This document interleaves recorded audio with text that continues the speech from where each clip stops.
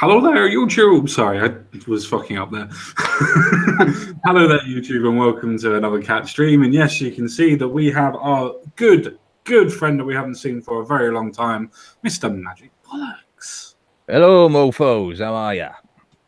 He's back, motherfucker. Get out of the way. And obviously, we have a sort of an on-off guest. We have Mr. Jensen Quinn with us tonight. How are you doing, Jensen? I'm doing well, and hello to any idiot watching. Yep, that will just be the three of us then. Yep. Oh, no, oh my God. We've actually got people. Ugh. We've got one extra person who's watching, which is... Oh, we've got Prince Lark who is watching. We've got Jesse Jennings that's watching as well. We've actually got people. Jesus. Yeah, real people to consume, Mr. Quinn. Oh, it's gone up to 5. Oh, my God. Oh, I don't know what I'm doing. Oh, I'm so scared. If you get up to at least double figures, that's effectively a barbecue for Mr. Quinn. I do like a barbecue. Wait, you mean a cannibalistic barbecue? Absolutely. We've talked about this, Magic. We've talked about this. No. To me and you, a spit roast is something considerably different to Mr. Quinn. True. We actually like to have fun at our barbecues where he just wants to eat everyone. That's right, yeah. It doesn't make very good for conversation, does it? No, but then again, nor does a spit roast. There's always one person who's always in the middle. What it is for the one person out of the three that actually says, I'm bored. Yeah. To be fair, the other two people are normally high-fiving over the top of the third, though. That's right. Oh, no, mate. Well fucking done. Yeah. In Mr. Quinn's world, they're just pouring barbecue sauce onto each other. Hey, we've all got our own kink. Don't try and kink shame me, man. Don't kink shame me. No, absolutely I'm not kink shaming you, mate. I'm not kink shaming you. It's kind of the fact that your kink kind of sends you to prison. Don't worry, Mr. Quinn. When the Common Sense guy becomes the Common Sense king of the UK, you will be perfectly within your right to consume as many people as you like. Thank you. As long as they're political enemies. Yes. Yeah, dissidents and any other people who question authority. My fart hat. Yeah. Nice. Yeah, anybody in the chat, press 1 if you want to be consumed by Mr. Quinn. Or if you don't respect my fart hat. Yeah. In other words, you're going to get consumed regardless. Pretty much, yeah. So how have you been, Mr. Bollocks? It's been a couple of months since we've last talked, at least. So how have you been? How you been doing? Oh, I've been doing very well. Thank you very much, Mr. Common Sense. Just, trying a few things on my Jack Jones and tried a few other things with the Mad Dodge and a few others, and they're doing okay. I must admit that my output has dropped considerably because I've been a lazy bastard. Yeah. You went to none. No, I don't know. Something came out a week ago, which was pretty good for me, and it's like everything. I'm still waiting to get sacked because when I get sacked, I'll have lots of time on my hands. I won't have any money to pay the bills, so I won't have a computer to actually make any videos. But I'll be, time rich and cash poor. Yes, but at least you'll be time rich. Yeah. But you do need the money to afford all this stuff to actually make the videos. That's the downside. But the thing is, you've already bought all of that. You just have to make sure the internet stays on the electric. Yeah, that's the problem. You see, Mrs. Bollocks has not been ambitious as I was once. Well, I wasn't ambitious. I must admit, a lot of my education and job prospects has been pushed into my lap a little bit. So I've been lucky in that respect, where she isn't fulfilling her full potential, shall I say. And we don't live too far from some docks, so there's even more potential to be made. But there is, but I've got a feeling that Mrs. Bollocks is probably not in the room where you are. No, she's next door, and I have suggested it many, many times. I'd even drive her down there, bring some punters round and, try and explain to her that, no, you have to take money from them, not the other way around. Oh dear. It's a good thing that she doesn't watch the internet. Otherwise, if she does not watch live streams, I can say whatever I want. Lucky you. Which means if he cuts out suddenly, we know she overheard him, and then it's just going to get, bad in his house. Or if we hear a great big fucking in the middle of the stream, then we know he's just been stabbed in the back. Look, let me put it this way, boys, okay? She pays no rent. She can't say a word. Do you not have sex with her at some point? Maybe that not. is irrelevant to the conversation. It's not irrelevant. That's how she pays her rent. That's how all women pay their rent. I know. No, I'm not having that as some kind of currency exchange. No, I want actual, liquid currency. Because you want liquid currency? I cannot pay my bills with spunk, can I? No, but it makes you feel better. I'd have to do that next time they demand some money from my electric company. I'll just jizz into a letter and post it to them. I'm sure that they'll be really respectful for you, and I'm sure that they'll send some of their mates over to make sure that you're looked after. Yeah, no, my luck, they'll be the type who come over and actually want to, spit roast me or something. Oh, they will enjoy your company. I think there might be some truncheons involved. It's called a sex toy. Yeah, personally, I would rather pot round Mr. Quinn to be eaten at that moment. Yeah, he has actually offered to eat me before, so it's a very kind offer, but I had to decline. Don't think you're special. He does it to all the boys. I know. He's a very generous man. He's always willing to give his digestive system up to all of us. Exactly. Oh, he meant actually eat you. Oh, okay. He didn't. Yes, actually consume. Yeah, head to toe. Yeah. Oh, yeah. He didn't mean that when he said it to me. Are you sure? Oh yeah. Well, it's just where he wanted to start. It probably seemed a bit suggestive.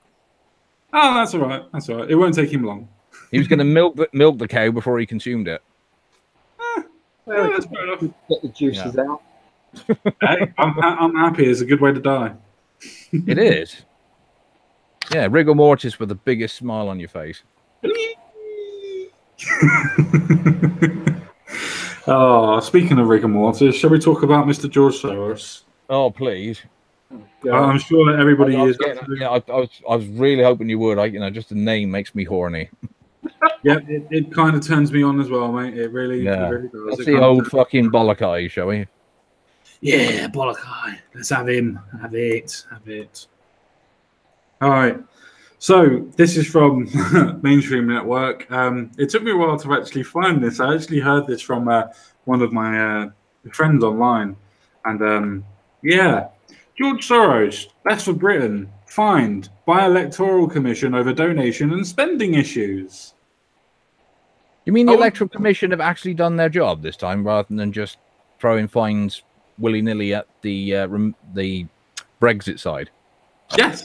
They actually have done their job. The only problem with that is nobody's fucking politicized it, so nobody even knows that this has happened. Hey, good old Georgie. He never fails to disappoint. See, I don't even think any of the big YouTubers have actually, definitely haven't done a story about it. But I'm not sure if they even know about it, simply because... YouTube? Clicks on this channel, please? Yes, please. That would be nice if you could send it off and actually... At least for the first half of the story. If somebody wants to cut this up and put it onto the channel and send it out for just this story, then please do. But no, we actually have George Soros as actually part of the Best for Britain, fined by Electoral Commission over donation and spending issues. So let's find out a little bit more, shall we? So Hungarian-born billionaire George Soros group Best for Britain has been slapped with a fine by Electoral Commission. The anti-Brexit group, once fronted by Gina Miller, boo hiss, boo fucking boo hiss, was given two separate fines totaling 1,250. So that's probably why it's not really got that much news. But yeah, for failing to return an impermissible donation and to deliver an accurate spending return for the 2017 general election. Interesting. Oh, it's nice to know he's bust now. Not 1,200 quid. I mean, fucking hell, when you're a billionaire and you get slapped with a fine like that, it's game over, isn't it? Hey, poor sod. I mean, they've taken all his money. I mean, he's an old man. Come on, give him a break. Exactly. He's definitely an old man, and he was always, when he was younger, standing next to other old men, beating other old men to nick their stuff. Yeah. I mean, that never happened. Does that basically mean that's one less baby he can drain for its blood this week then? For, was it 1,200 quid? Because if it is, it's definitely not working. I've never seen a baby with, saggy eyes like him. I'm not sure that that's how he gets his youth. I think he sucks it out of every person that actually wants freedom and freedom. He really should try cannibalism. You know, I hear that's the elixir of life. No, Magic Bollocks is back. The ideas that are expressed on this stream are the views and expressions of the person that is expressing them, and are no factor onto the person that is actually doing this live stream. Welcome back, Bollocks. It's good to have you. Thank you very much. I was going to say that I hope that doesn't apply to Mr. Quinn. Everything he says, regardless of whether it's cannibalism related or not, is in full agreement with the channel. Apparently so. He is our founding member. He certainly is. He's like the glue that holds us all together. Well, he's more like the George Soros. Go ahead. Fucking hell. So who are you planning to genocide today, Mr. Quinn? Yeah, that's not necessarily a question you really want to ask me. I'm guessing it's me at this minute in time. Yeah, who needs nukes when you got teeth? So, such a small monetary sum will prove no issue to the Best for Britain chairman, Malloch Brown, or whatever his name is, who is worth an estimated 1.5 billion, and Soros, who once profited to the tune of 1 billion betting against British markets during an economic downturn. So, yeah, he's betting very moralistically there, isn't he? It's not like he has an actual stake in the game of trying to destroy British economy or anything. No, he just bets against it. He's a lovely man, and anyone who argues with him gets dealt with by his stormtroopers, because let's be honest, that dude looks like the Emperor from Return of the Jedi. Dun, dun, dun, dun, dun, dun, dun. It is uncanny, isn't it? Without the cowl, you generally could be mistaken, couldn't you? Yeah. Very much so. The first time I saw him, I actually thought they put the wrong picture in. I really did. It will, however, call into question the legitimacy of a party who were very keen to call for a second referendum on the basis similar fines were handed to pro-Brexit groups in May. Spokesperson for the group said, "The Brexit campaign's cheated. This is a fact. Brexit was voted through on a tiny majority, yes, of over, what was it, over 2-3 million people that were differentiated on the whole vote, something like that, 2.3 million, something like that, I believe. Yep. Very, very small majority, obviously. By a company that broke the rules. The people need their final say on Brexit in a fair vote. A fair vote that we, unfortunately, have also been accused of fucking over as well." Yeah, but haven't the government just done another vote, which basically meant that the chances of there being a second vote are now null and void anyway? So this whole Best for Britain is completely null and void themselves now. Kind of. The actual thing in Parliament that has passed was a European Commission's or the European regulatory amendment. That was a case of they were trying to say that they don't want the bit of paper to say that they were going to be able to walk to make sure that. Fuck me, I can't get this out. It's pissing me off. But basically, no, it was a case of the paper that was actually passed, or the motion that was passed, was a case of the government trying to say that they didn't want to walk away with no deal. And with the amendment that just passed with only 3 members of Parliament, it passed by a vote of 3, a difference of 3. So if you want a tiny majority, fuck you, that's where that is.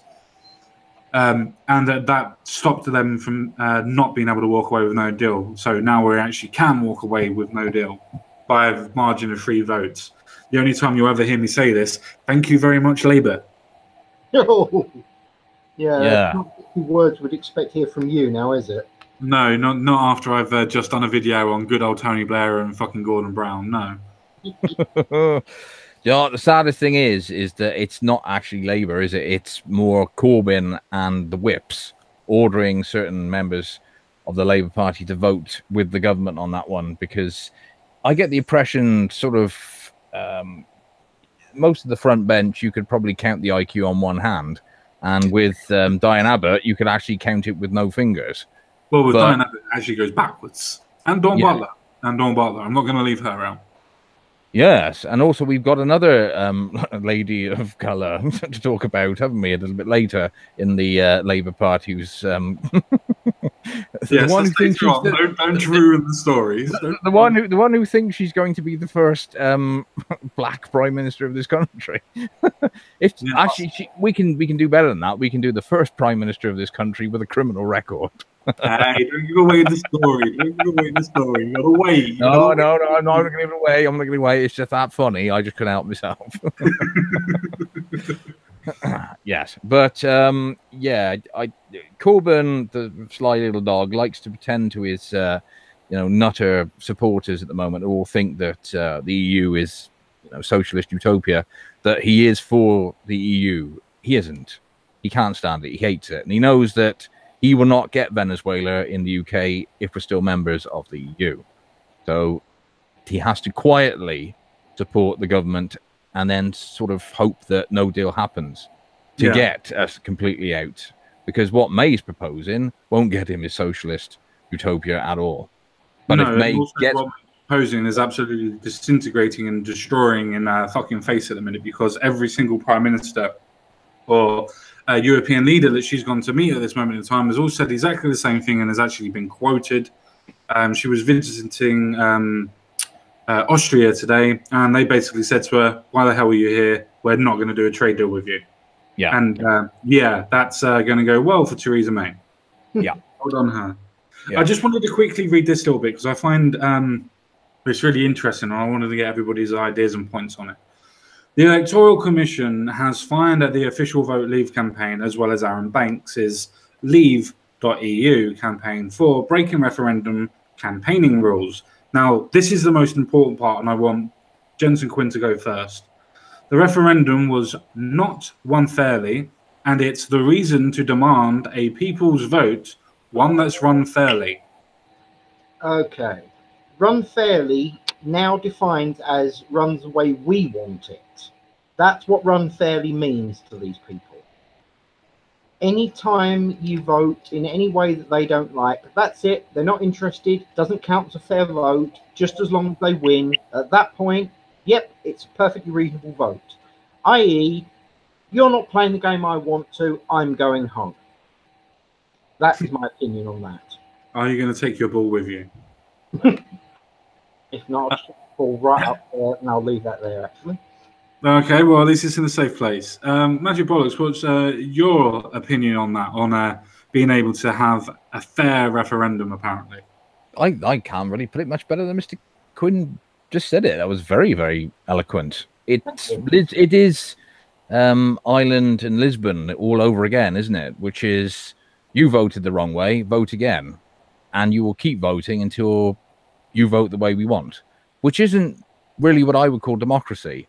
That's just a vision of democracy, which is vote by all means, but you will vote the way the establishment wants you to vote. And if you don't, then we will eventually either make you vote again, or we'll just take the democracy off of you. And when you got a story for that one later on. Yeah. And when you see tweets from people like David Lammy basically saying that the will of the people is in effect bollocks, you know that these people probably don't have your best interests at heart. The only interest old Mr. Lammy has in mind is another serving of rice and coconut and peas, isn't it? Again, the views expressed by the people on this channel are not the views of the person who owns the channel. If I'm back just once, it's just enough to cause enough trouble, which is either to get clicks or get you kicked off. We'll see what one or other.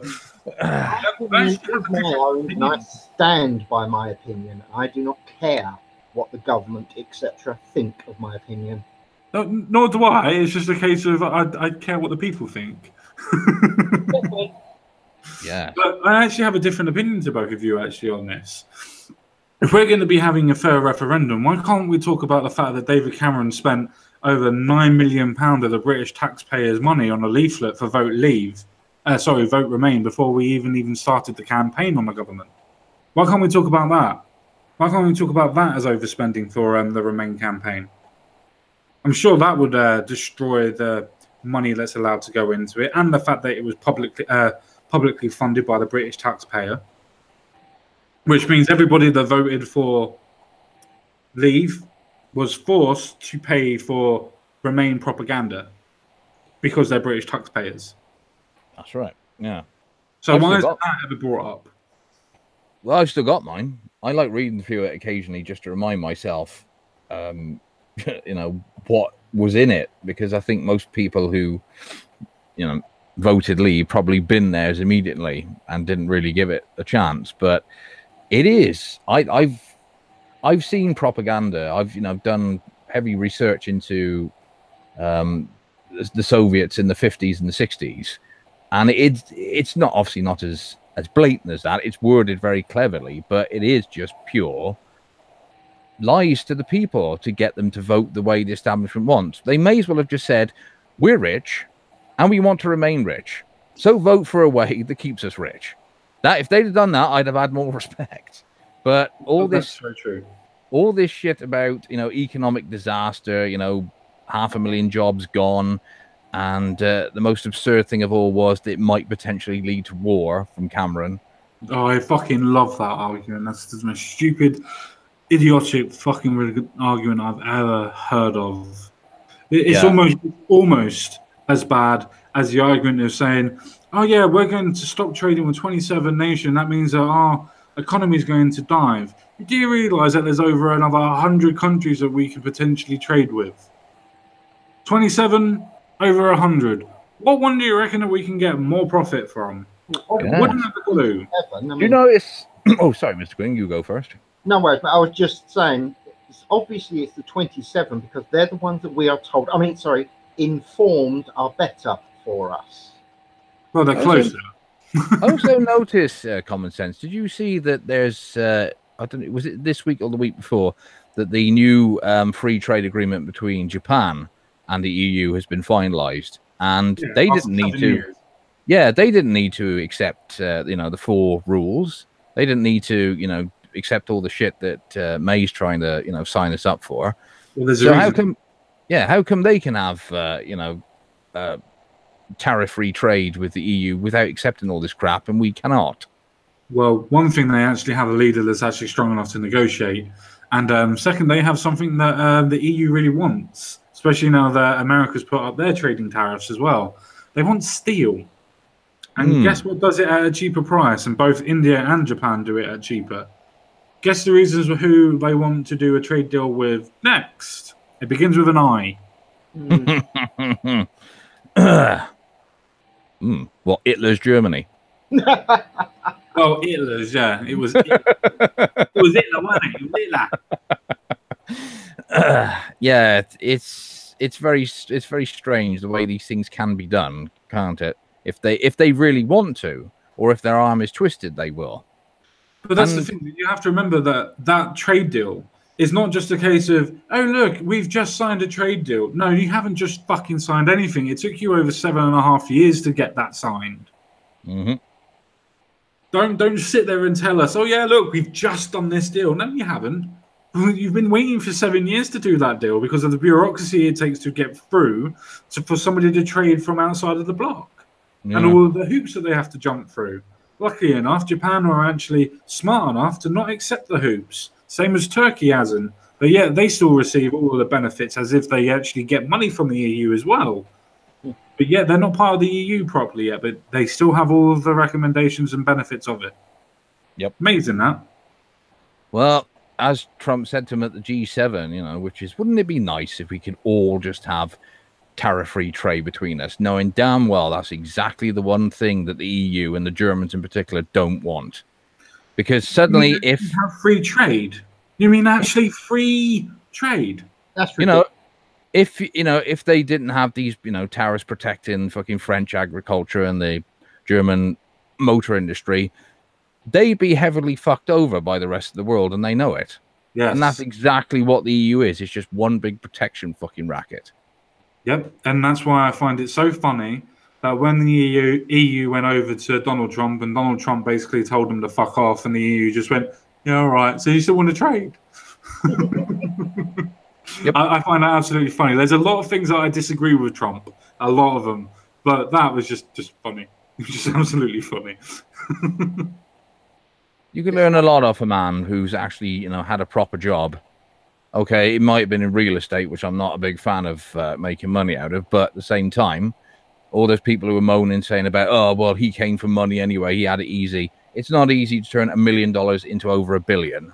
Not even close to easy. Agreed. It's also not easy to start off as a bankrupt over 3 times and start your business back up and still become a billionaire each time.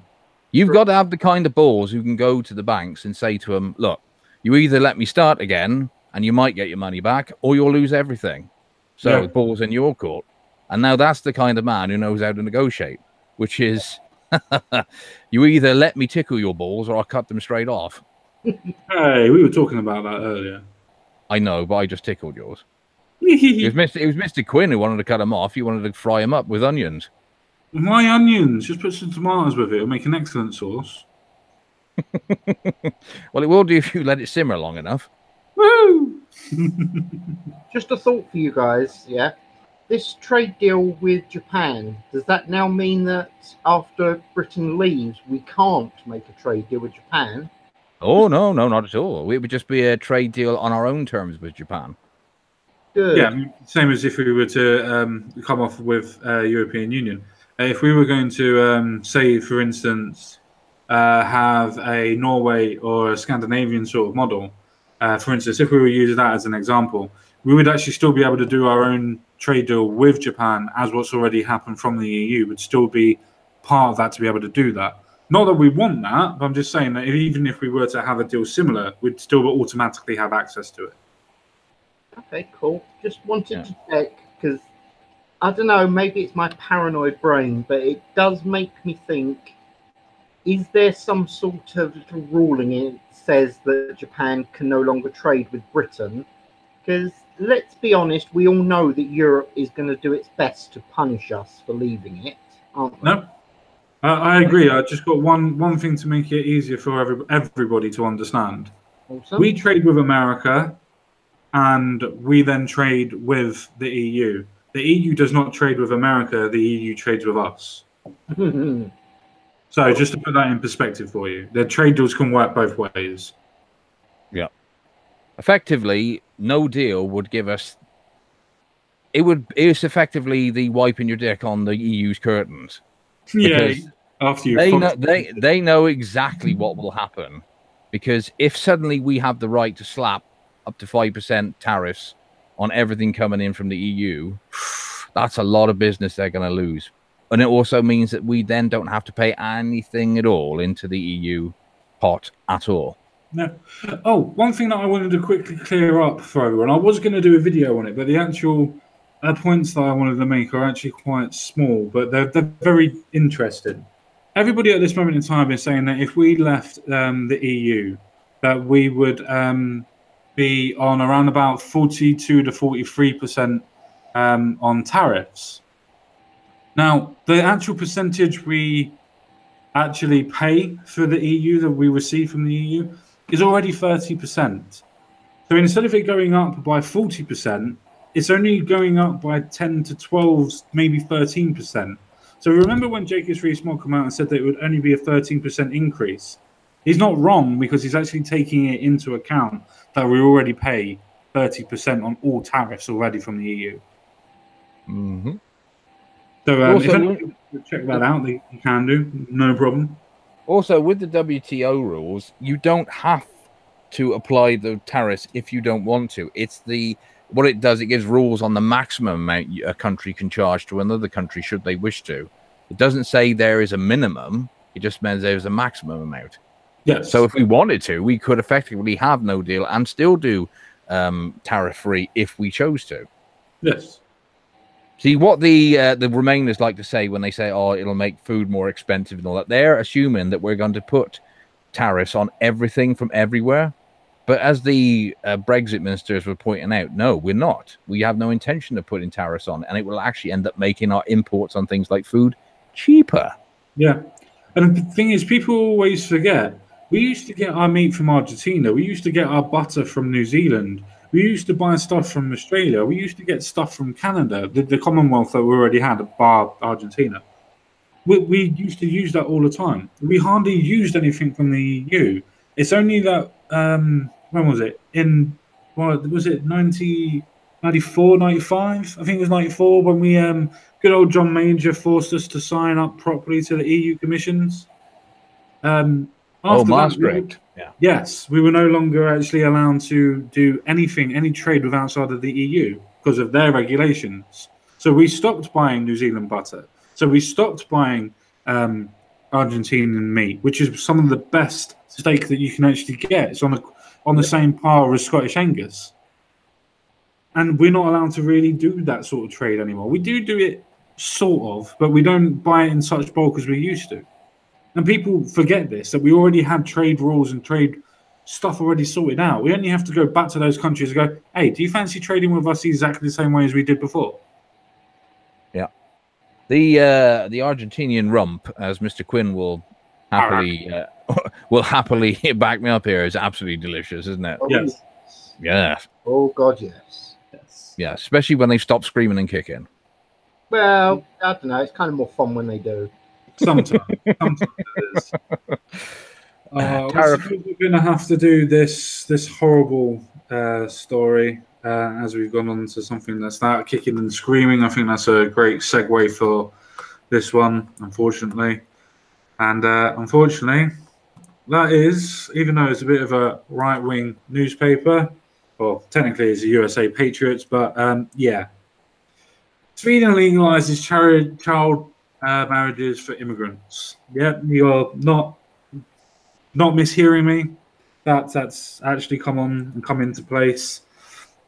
Sweden has legalized child marriages for immigrant pedophiles who wish to stay married to their underage wives. So get that into your head. It's not a case of they're going to marry Swedish girls. They have to bring their own child bride with them for this to be honoured. So there is some morality in it, if you can look at it like that. Bring your own bride. That's what you're trying to do. Bring your old child bride because you're a paedophile, and we don't want to say that you are a paedophile. Apparently. So, in a move criticised by many as promoting paedophilia, why would that be? Sorry. The Swedish government have defended their controversial decision, saying that the huge influx of immigrants from, now you're going to love this word, polygamous, what's that word say? Please, bollocks, I'm sure you can read it. Hang on, which one are we looking at? From polygamous. The move criticized Swedish government defended their controversial decision. I had the word and it just went off me gob. Polyamorous? Yeah. Polygamous. Why is there a G in it? For fuck's sake, for dyslexic people, why the fuck is there a G in it? It's polyamorous. Polyamorous, that's it, yeah. Couldn't get the word out. Dex. All of them are, no, that's probably not why they're polyamorous. And apparently sexually diverse cultures. So is this what they mean by a polyamorous sexually diverse culture? Does that mean that that's going to spread to the rest of the West? As in, this is the way that they're going to spread it? By being a polyamorous sexually diverse culture. And it's resulted in a sensitive humanitarian crisis. We said it for ages, didn't we? That this would be the next stage. Yeah. Pedophiles are the next one to join the LGBTQIST die. Sorry, I caught something. I've noticed that a lot of trolls now are deliberately adding a P onto the LGBTQT, whatever the fuck the hell long it is now. And it's getting missed. They're not picking up on it. Yeah. And I'm sure I've seen on the mainstream somebody put it in as well. I don't know if it was a mistake or whether they've just picked it up and thought, oh, there's a P on it now. I better put that in. Don't want to not be inclusive. Yeah, I'm sure a lot of people are doing that, unfortunately. And a lot of people that just go, yeah, well, it's a mental condition or it's a sexual orientation. It's like, even if it's either, it goes with people that cannot consent. Stop. Just stop. Not everything needs to be condoned and tolerated. I know a lot of people are trying to say, oh, no, it's pansexual, which is just another word for I will fuck a dustbin if I feel fucking horny. But that's right, then that's what I am. What, a dustbin, or you been? Well, you'd have fucked a dustbin. Bit of both. That's a big knob you've got there. Common sense if it fits in a dustbin. Well, I found a hole at the side. Oh, fair enough. I thought you were really, really gloating then for a moment. Oh, no, I was able to move it all the way down from one end of an alleyway to the other, though. So that was quite interesting.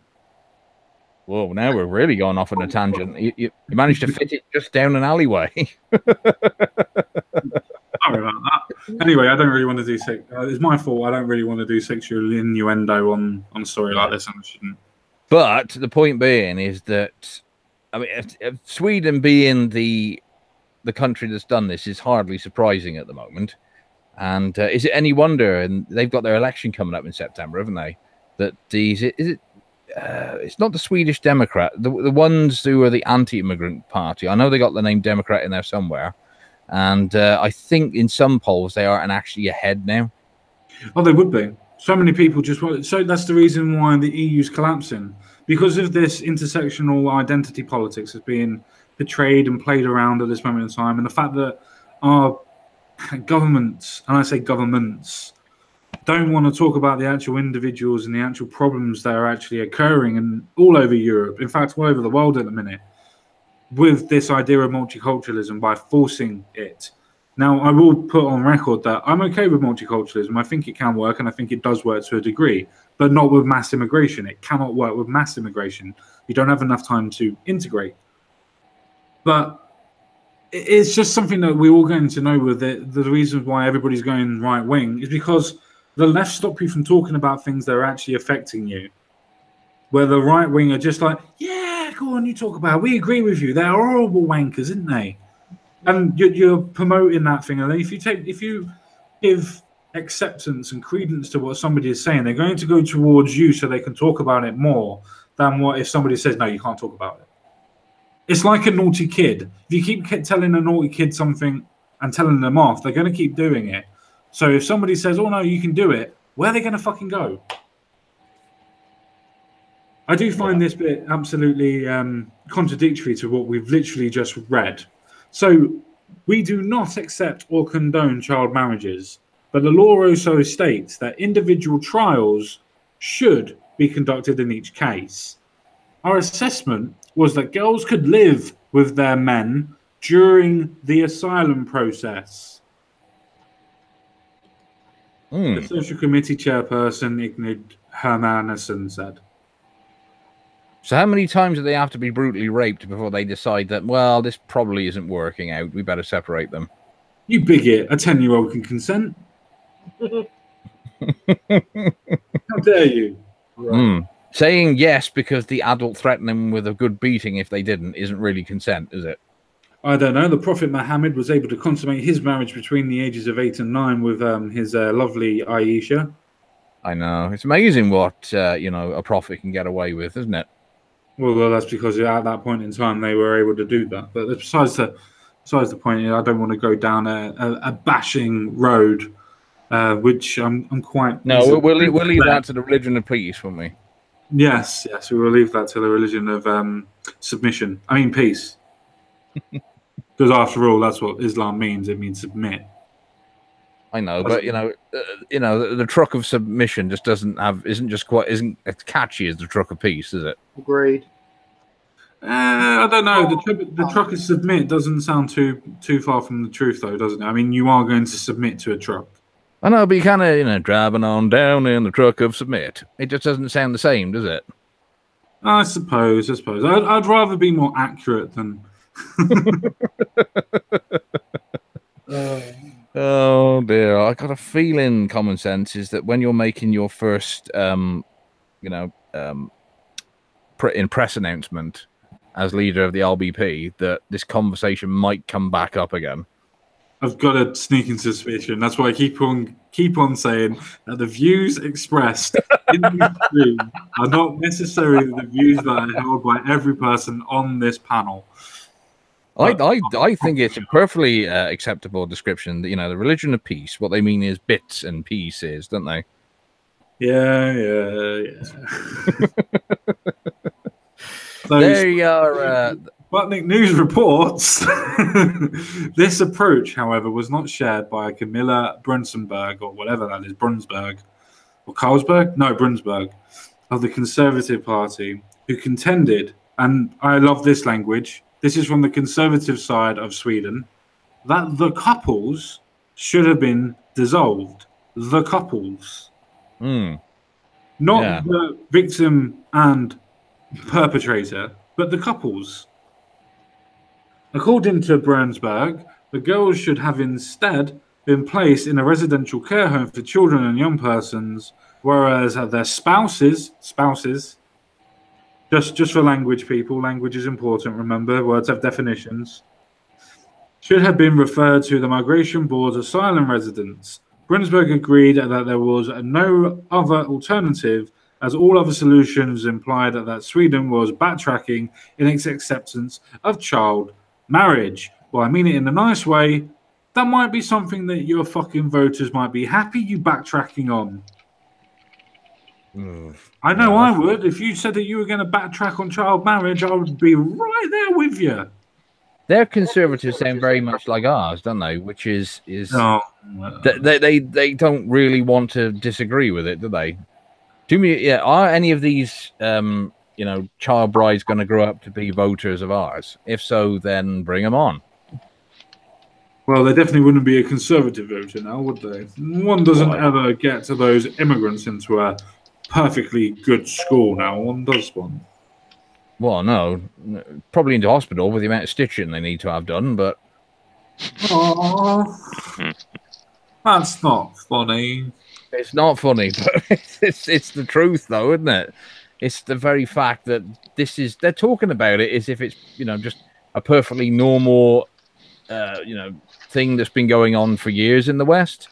It's like, Rog, how's the kids? Oh, she's fine. I married her on Thursday, and it's not. They really should be going. We're going to castrate these sick fuckers if they enter our country. We're going to take the kids off them, and then we're also going to hand them over to a baying mob who's also going to beat the living crap out of them because this is disgusting and vile. You're going to hand the kids over to a baying mob to have the crap kicked out of them? No, the other way around, which is the kids taken off of them. But then again, this is Sweden, Crumple, so who knows which way they'd have it around now. Well, I can tell you, I want to read one more extract, and then... Oh, no, I want to read two more extracts. And then I'll come back to the fold, so to speak, and let everybody have their words and points that we need to talk about. So for people that are following along that want to read, it's technically the third paragraph I'm going to be starting from, which is at present. So at present, Swedish legislation on child marriages seem to be applied differently in different monocapitales. I have no idea. Sorry. Earlier this year, I think it... Sorry? Municipalities. Yay, that's the one. Municipalities. Blood moon. Earlier this year, the administrative court of Vaxjura ruled that 14... This is the most important part, all jokes aside. Ruled that a 14-year-old pregnant girl could be placed with her adult husband's immigrant family, arguing that this was part of their culture. And then, remarkably, both the girl and her spouse, the man, were highly critical of the Swedish law banning underage marriage. Now, this is another very, very important point. We will get back to this as well, so please, anybody that's got anything to say, please hold it and we will come back to it. Moving down to the fifth paragraph, where it starts off with policemen. Policemen in a group of migrants stand on a platform at the Swedish end of the bridge between Sweden and Denmark in Malmö, Sweden, on November the 12th, 2015. Previously, the Migration Board identified 132 married children, of them 129 girls and apparently 3 boys, most of them coming from Syria, Iraq and Afghanistan. Most of them were 16 or 17, while 14 of them were age 15 or under. Part of the problem is that neither the Migration Board nor the Swedish municipalities, I'll get there, have any routine to detect married minors. Therefore, no comprehensive assessment has been made. Anybody as annoyed and pissed off as I am that a 14-year-old girl has just been basically thrown back to her Stockholm syndrome husband and relationship? I'm going to let Crumple go first because I can hear frustration. Yes, and it's more widespread than you think. And I've heard rumblings that we've been doing the same. So that what we do in Britain is we don't let them in. Like they're not married. It's a child bride, but they're not married. So we send them back to Pakistan to get married, and then let them come in, or Afghanistan. And that's yes, that's does make one more than a tad incandescent, doesn't it? It makes one fucking pissed off, mate. That's what it makes. I was just like, and I was just talking to my gran today, and then just there. I was valuing Western society quite a lot because some shitbag thought it'd be really quite funny to kick over the plant pots outside my house, and I thought it would be very important to go and tell him I didn't think it was very funny. And now there was, I don't know, about 6 or 7 of them. They're about 20 looking, and I was raging. But I was thinking when I came back in that there's some parts of the world where you just get stabbed for doing that. Like, you'd go out to say, "Oi, you, what do you think you're doing?" And they would just shoot you or stab you or something like that. But these kids, because I gave them a fright, I say kids, you know, they're like I say, they looked about 19. Because somebody gave them a fright, they were actually like, "Oh, shit, we did the wrong thing," and they actually apologised. And it's just like, that's because we live in a really civilised country where even people who are behaving badly actually, you know, they stop at a point. But like, we're importing these people in who come from, let's be really forgiving and say that it's not even just backward shitholes, but just war-torn shitholes, and they're half traumatized and can't function anymore. Like, that's not good. That doesn't mesh. And we're helping them, and we're helping the worst elements by letting them bring over their bloody like, this is why the West had a kind of agreed upon thing of, okay, you don't have to be Christian, but the law basically has the root of Christianity, because, you know, if you go over to, say, Canada, well, the laws all come from the same place, you know, and you're not going to find a huge amount of variation in the West at what the legal age for marriage is, but you bring people over from the Middle East and it's like anything goes. Yeah, no, I'm completely and utterly with you on that. I just wanted to reiterate for people, this isn't 2015 that these stats are actually given out. This is when they actually first started to open their gates, so to speak. This isn't now, which is 3 to 4 years afterwards. It is still at that point when it first opened, when they were first taking records. Over 132 married children that were coming in. And these are the ones that they recorded. And most of them, 14 out of them, were aged 15 or under. That's ridiculous. Even for most of them being 16 or 17. Yeah, some people could say, okay, you're old enough to get married. But I'm sorry, there's still a case of that's worrying. How long have they been married before they were 16 and 17? How long have they been together? We've already heard that one of them at 14 years of age is pregnant. That means that they've at least been together for, I don't know, at least 2 to 4 months, surely, if you're starting to notice that somebody's pregnant. Agreed. So I don't understand why people are not even talking about this sort of thing and going, oh, no, child marriage is fine when it comes from this, what was the word, that what it was? A polyamorous, sexually diverse culture. Paedophiles, effectively, then. Legalised paedophilia. Yeah. It begins with a P. Yeah. Yeah, well, we all know that that's yet another thing that the so-called liberals are getting softer and softer on. Yes. And I say that as somebody who doesn't have any political affiliation. That's just a fact. You're not hearing this in the right-leaning side of the world. And the problem is that all you're doing is emboldening them to become more and more extreme and bringing back mob rule, because the law won't deal with it. That's what the law is for. Yep. Yeah. I agree. So you're emboldening the lunatics on both sides. It doesn't matter who wins, because we lose. See, that's the thing, is that I know some people may argue, as somebody is in the chat, Jesse is effectively saying, he's almost making out the old, if it's, there's grass on the field, let's play. Well, whether you like it or not, we have laws in this country that specifically state when you are an adult. And that system has worked very well for a long time. The whole idea is that it allows you to actually go through the education system and be up to a certain level by the time you're classed as an adult. And up until that point, you should not be engaging in any sort of what is deemed adult activity, which includes sex, for good reason. It's so that you remain as a child in a developing state to become an adult. And these people who are advocating for, was it love at any age, isn't it? I've heard that. Child sexuality. Yeah.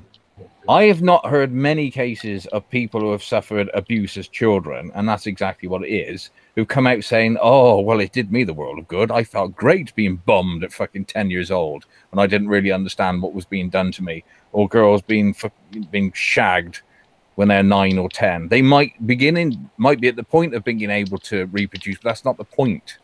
The point is, it's all to do with being a civilized society and giving a toss about each other and understanding that there are certain responsibilities in society that we should all stick to and adhere to. Yeah, and Magic Bollocks is right. And the thing is that we didn't just come up with these laws yesterday and then say, that'll do, and slap them on the statute book. They were come up with slowly and in a difficult way for, thousands of years before we realised, you know what? Maybe parents should be adults, That took a long bloody time, because as we're seeing from what common sense is showing us, some parts of the world haven't worked that one out yet. That's why they're laws. Yeah, agreed. I can't say anything more. It's not whimsy. People think that the law is completely arbitrary in some respects, and then they think that some things are set in stone, and it's completely backwards. It's like, if your pug does a Nazi salute, then you've committed the ultimate act of heinous hatred. But if you're bumming a child, that's completely okay and open to interpretation. Hey, but it matters if you're in a polyamorous, sexually diverse culture. Well, you're not in Kansas anymore, are you? But I want to go home. I do want to go home. Sorry, I couldn't help it. And the other thing is, what was really bad about it is we could even make some good out of this situation of going, you know what? Yeah, let the child bride in, let the husband in, then lock him in the slammer and put her in child services. That would be a good thing to do, because then she'll actually maybe have a life going forward. Why would you put him into the prison service? Why wouldn't you just deport him instead? Or that. But you know what I mean? Like, let them in, or let them through the system and deal with him or her, the older one criminally, and the younger one, put them under our state protection, or at least, some kind of assurances that they'll get treated well back home. Something like that. Let them know that we're not going to put up with it, and basically take the piss out of them. Yeah, no, I completely agree. Does anybody else have anything to say on this story? Because I have found a story that has just come out today that I didn't even hear. I haven't heard any troubles that are going on in Spain to do with immigrants, and I've just found a story that I find quite shocking. Well, Jensen's awfully quiet. I think he's maybe sharpening his axe. Yes, my opinion on this is pretty simple. If they're paedophiles, bring them over. I have a flamethrower, and it's a perfect cure for paedophilia. Oh yes. You're so good that you said flamethrowers, my friend, because that's involved in the next story. Oh, Mr. Quinn will flambe the lot of them. It's like some kind of bizarre game show. And now for my next trick. Oh, that'd be great, wouldn't it? Be like, you kind of like The Price is Right, wouldn't it? Well, the immigrant is right. If you get it wrong, then you set them on fire. No, on this one, I think you'll find the title extremely interesting. Immigrants and refugees with flamethrowers and quicklime. This was done today, and you have all the hyperlinks that are in now. I will link this in the chat in about 10 minutes.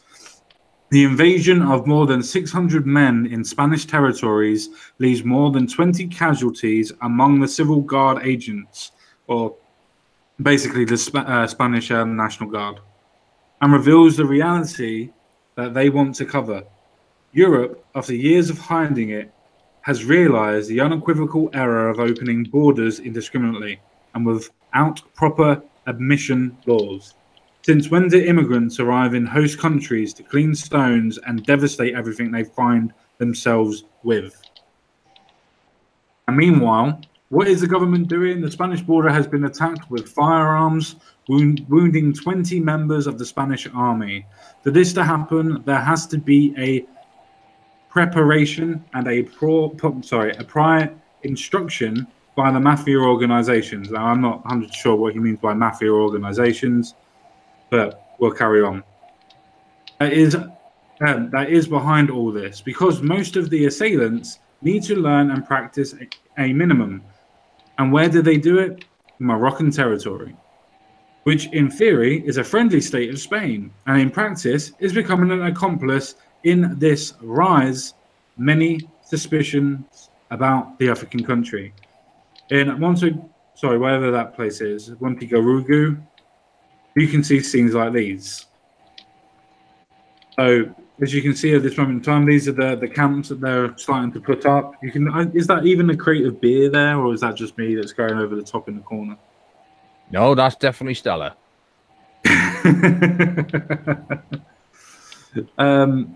This is the camp Monte Garugu. Sorry if I get that wrong again. Very close to Melilla, from where they prepare for the necessary time to assault the border. Something similar happens in the vicinity of Sietu, or Sieta, or whatever. Wire camps in which you can see scattered in the terrain various tents, and in which they are given written instructions to these future invaders on how to behave in a boat, what to do in case of a shipwreck, etc. This is known to us, is also known by the Moroccan government and tolerated. Why does this friendly government of Morocco tolerate it? What interest does it have in all this? For a similar case began the War of Africa in 1859, which had, but anyway, I think that's the end of the story. I'm not really going to carry on going all the way through this, but I think it's very interesting that you actually have the invasion of more of 600 men in Spanish territories that leave more than 20 casualties among the Civil Guard, and having open borders that are doing what they're doing, and yet people are coming in with flamethrowers and quicklime. I find that very, very interesting. How does everybody else feel about that? Well, I think that cultural enrichment can take the form of quicklime, and we need to be more tolerant. Yeah. To me, flamethrowers is the antithesis of poverty, isn't it? Exactly. Yeah. Nothing says to me I have nothing at all if you're carrying a flamethrower. If I see someone carrying a flamethrower, I think, damn, you're going to be poor. Why couldn't you get that 9mm? Exactly. Yeah. Bloody petrol's expensive enough for middle class people. They're going about with flamethrowers. Probably better off than we are. That would be a unique I complaint. couldn't afford that much petrol. I'd like to see that, them coming over here with these flamethrowers and actually then complaining about the cost of fuel. That's funny. Maybe they can write to their local paper about it and say that, ever since I managed to enter this country legally with my flamethrower, in brackets, obviously poor, I have been shocked at the UK's flagrantly over-expensive fuel costs. I haven't been able to flambe anybody, include even my child bride is still alive. I haven't been able to, set her on fire because not this week. Not this week, no.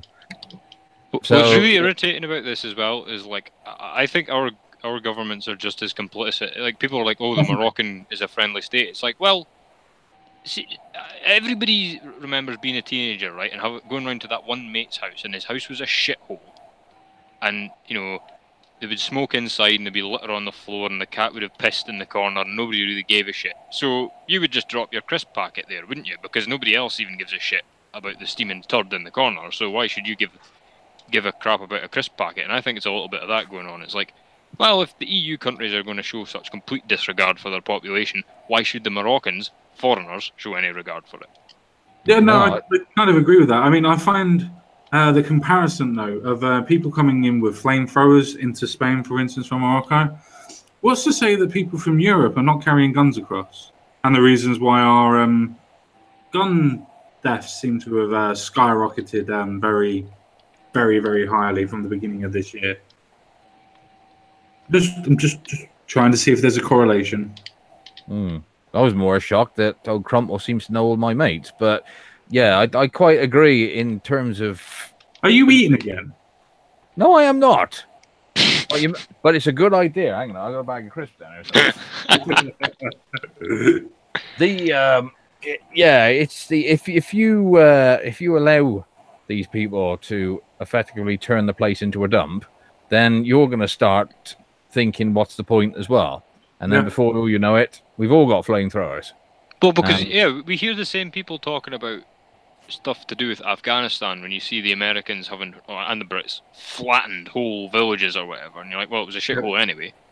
Yeah, that's their first response. It's like, well, you're in Morocco and you're going over to Spain causing a load of trouble, and it's like, well, they don't care that you're there anyway. Yeah. And bear in mind, they're taught that it's probably part of the ancient Islamic empire, and they've got to go and take it back, no doubt.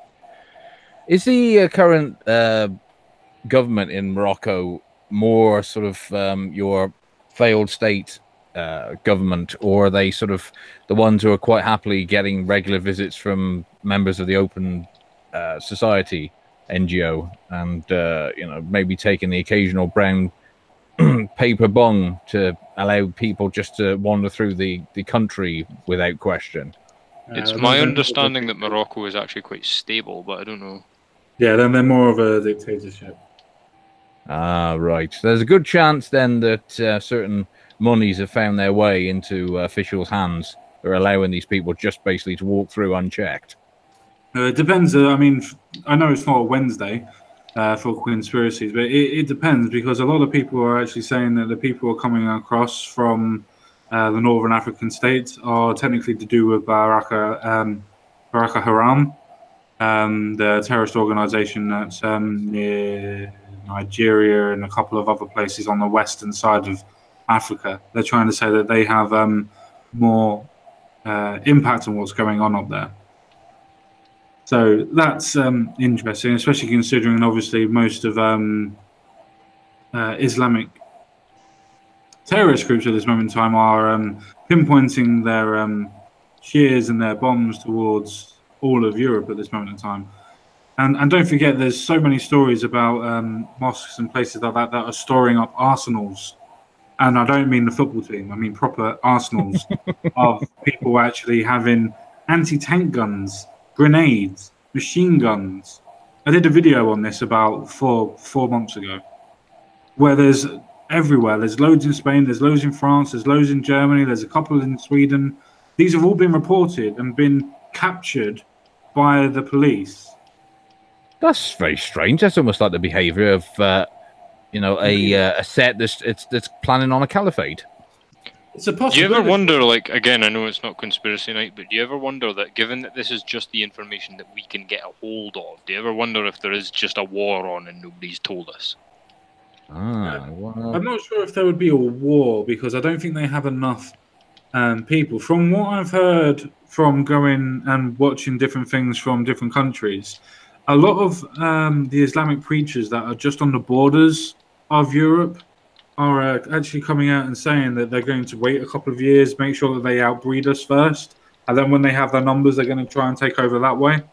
Which is hilarious, because it's like they're all doing these first cousin marriages. It's just like, mate, you would be better with less numbers than the amount of people you're breeding that have like 8 eyes.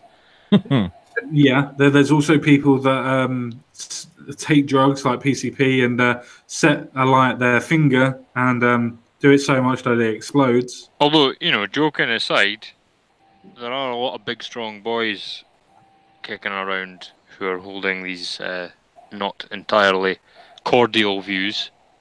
So it is, we can joke to one degree, but to the other degree, there is a problem there.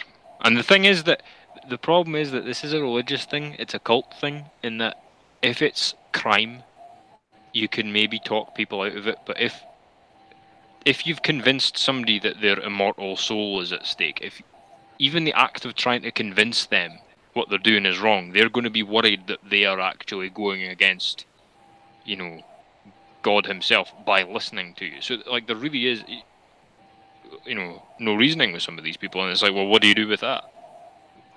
Well, yeah, exactly. It's not so much religion, like you said. It's a cult, isn't it?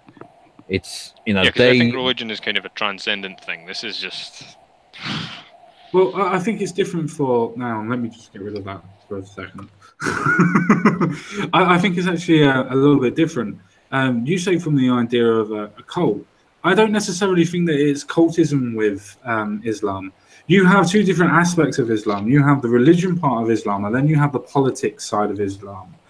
And most terrorist groups and terrorist organizations go and have the doctrine of the politics side of Islam. Most people that are your moderate Muslims or your liberal Muslims just follow the religion. So I think that the branch that most people are looking for is for who preaches for politics in Islam and for Islam. And if you follow that branch, I think you'll find a hell of a lot more terrorists. Yeah, that does my nutting as well, by the way, when people go on about it. And Stephen Crowder, I've got my issues with Stephen Crowder, but he did point this out to somebody in an audience once of the guy was like, well, I'm Muslim and I don't really, I'm not going blowing anything up and blah, blah, blah, blah. And Stephen Crowder was like, you're a secular Muslim. Like, because the guy wasn't practicing. Yeah. But he identified as a Muslim because of his parents. It's like, well, no, you're a Westerner. You can say all you like, but your behaviour and your beliefs indicate Western or secular. Yeah. So, I've kind of forgot where I was going with that point, but like, that's the political versus the religious aspect as well. Exactly, yeah. And the thing is, like, I've read a lot of the Quran. I'm not saying the majority of the book. I'm just saying a lot of extracts. Yeah. And not got you moments, just like proper looking into certain things. And if you compare it with the way, like, the sort of the layering, the metaphorical layering of the Bible, reading the Quran is much more like reading, Che Guevara's manifesto or something like that, in my opinion, which might be a really horrible thing to say, but that's the feeling I got reading it. So it's all over the place then. They take the same attitude, which is that no conquest peacefully, effectively. Yeah, you know what I mean? It's like, because I guess Muhammad was a warlord and Jesus was a carpenter, so that kind of feeds into the books, and you get the warlord vibe from the Quran, and it's powerful stuff to read. It's like, because it's written in poetry, a lot of it as well. I think it's meant to be like a poem anyway, and it's powerful language and it's emotive language, but it's like, it's also kind of a call to arms. And then the people always quote the peace-loving Earth Bunny stuff, and it's like, yeah, that applies only to people who are Muslim, whereas Christianity applies to everyone, even if they're not Christian. And even then, I'm an atheist anyway, so I don't really feel that. No, I was going to disagree with you on the fact that I don't think the morality necessarily comes from the ideas of Christianity. I think that our moral basis may have descended from it, as in the basics towards it. But if you were to take the Christian morality from the Old Testament, then we're just as bad as any other backward religion, so to speak. It's the same thing as when you go into the New Testament. Don't think that the New Testament is anything better. There's still certain bits in it where there's stoning and things like that, the different aspects of it. So it's not a case that it's being completely reformed. It's just a case of people now cherry pick what they want from the Bible, and it's okay to cherry pick. I mean, there's over 100 verses to say that the earth is flat in the Bible. Does that mean that people that preach Christianity necessarily always have to believe in a flat earth? I mean, we do know somebody who does, but that's besides the point. Most people that preach Christianity don't believe in a flat earth. That means they're cherry picking. That's the difference between most people that practice Islam and most people that practice Christianity. They don't cherry pick. They take the book as it is, and they interpret each and every aspect of the book in their own way, rather than actually just cherry picking. Yeah, and that's where apologism comes from as well, because that apologism is basically the whole thing of, this bit wasn't literal, and then here's an interpretation that isn't literal, and then it's like, that makes a bit more sense sometimes. But as you pointed out at the very beginning, we've had the sense over here to go, what would really sort this out, no matter who's right? Separate church and state. There's an idea, much better idea. And that's but we learned that lesson really hard. We had the Reformation and everything over here. Lots of people died. Yes. Including monarchs. And so that is not a lesson that we should be forgetting, and certainly not one that we should be allowing another culture to play out in our backyard. Because a lot of Muslims would like a reformation and haven't been able to achieve one, and I don't think here should be the place we let them do it. No, definitely not. No, I completely agree with everybody on that one. I would say that there is quite a lot of stats at this moment in time to actually say that every single form of religion is actually dying, and atheism is actually getting stronger and stronger, so more and more numbers. And even the fastest growing religion, as in Islam, is actually decreasing in number. It's not increasing in number anymore. It's actually decreasing. More Muslims are becoming more and more atheistic. Yeah, it's a funny statistical quirk, isn't it? It's like more people are converting to Islam than any other religion, but it's still shrinking. Yes. Which is a kind of a good thing and kind of a bad thing. Like, it's a good thing that people are not, blindly accepting things, but only if they're not blindly accepting things, because, atheism can be just as dogmatic. Yeah, some atheists can be completely and utterly dogmatic. I mean, so many people would always say the only thing that atheists have in common is the disbelief in God. Obviously, there's different words for different things. If you believe something's there or there isn't. But no, you make an extremely good point on that. With the fact that with the idea of Christianity, it's a case of they still cherry pick. But with the idea that Islam and Muslim religion is going up, it's not. It's actually going down. And the thing is, more and more people from that religion are actually becoming atheists. Now, that doesn't mean that that's necessarily a good thing. But at the same time, it's still a good point because it means that everybody's still going to have a moral system. And if you're going to believe the moral system of the country that you're in, because you're actually stopping from the religion that you were born into, so to speak, then it's a case that you're changing your morals, your moral standards are changing, your ideas are changing. I think that's one great thing about atheists, that necessarily we can take everything from every form of religion. We don't have to believe that there's a deity. But we can take all the moralistic points that are good from every religion and be able to integrate it into the idea of morals and that type of stuff. And I think that's quite good. I think that's also a duty if you're going to be an atheist. You have to do that. That should be like mandatory. As like, I'm not saying like go and make people do it physically. I'm just saying like as a person you should be making yourself do that, because the problem is that communism was an atheist movement, and that was far more murderous than any religious movement. So if you don't replace the atheism with something... Nazism was a Christian movement and then turned into a Catholic movement. Nazism was a Christian movement to begin with and then turned into more of a Christian/Catholic movement. I thought Nazis were atheistic as well. No. And even then, they don't have a patch on the communists. Like, yeah. 10 million dead, was it? It's funny, isn't it? 150 million? It is funny how they do tend to concentrate on how the Nazis were the absolute epitome of evil in the 20th century. But when you look at the numbers, old Hitler didn't have a fucking patch on Stalin, did he? No. And then Mao after him. Yeah. And as well. But, but the when thing you is, when you need saying is, you have a duty to go and look around all these other... If you're starting from the position of I don't believe in a God, you've got to work out what is your moral system built on, because it has to be built on something, and it better be something good.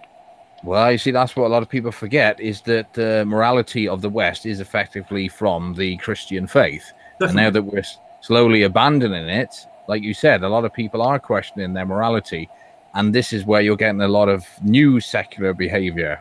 It's where the sort of like the birth of social justice and all this other shit we're now getting. And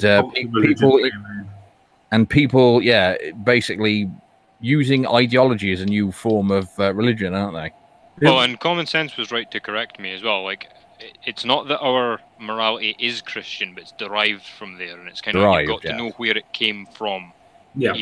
like our morality is a byproduct of Christianity, because Christianity wants you to be Christian. It doesn't want you to be secular. So it's a byproduct, but it's still a byproduct of Christianity, and you need to understand Christianity. Because it's not even just our legal system. All our art's based on it as well. Yeah, our art's based on it. Our judiciary system is actually based more on philosophy, all of it. Well, no, our justice system is more based on Jewish. Believe it or not. Actually, no, that's a good point, because the Ten Commandments and all that. It's a fair point. Oh yes, that was the Old Testament, wasn't it? Yes. Thou shalt not covet another man's wife, especially if she's 9.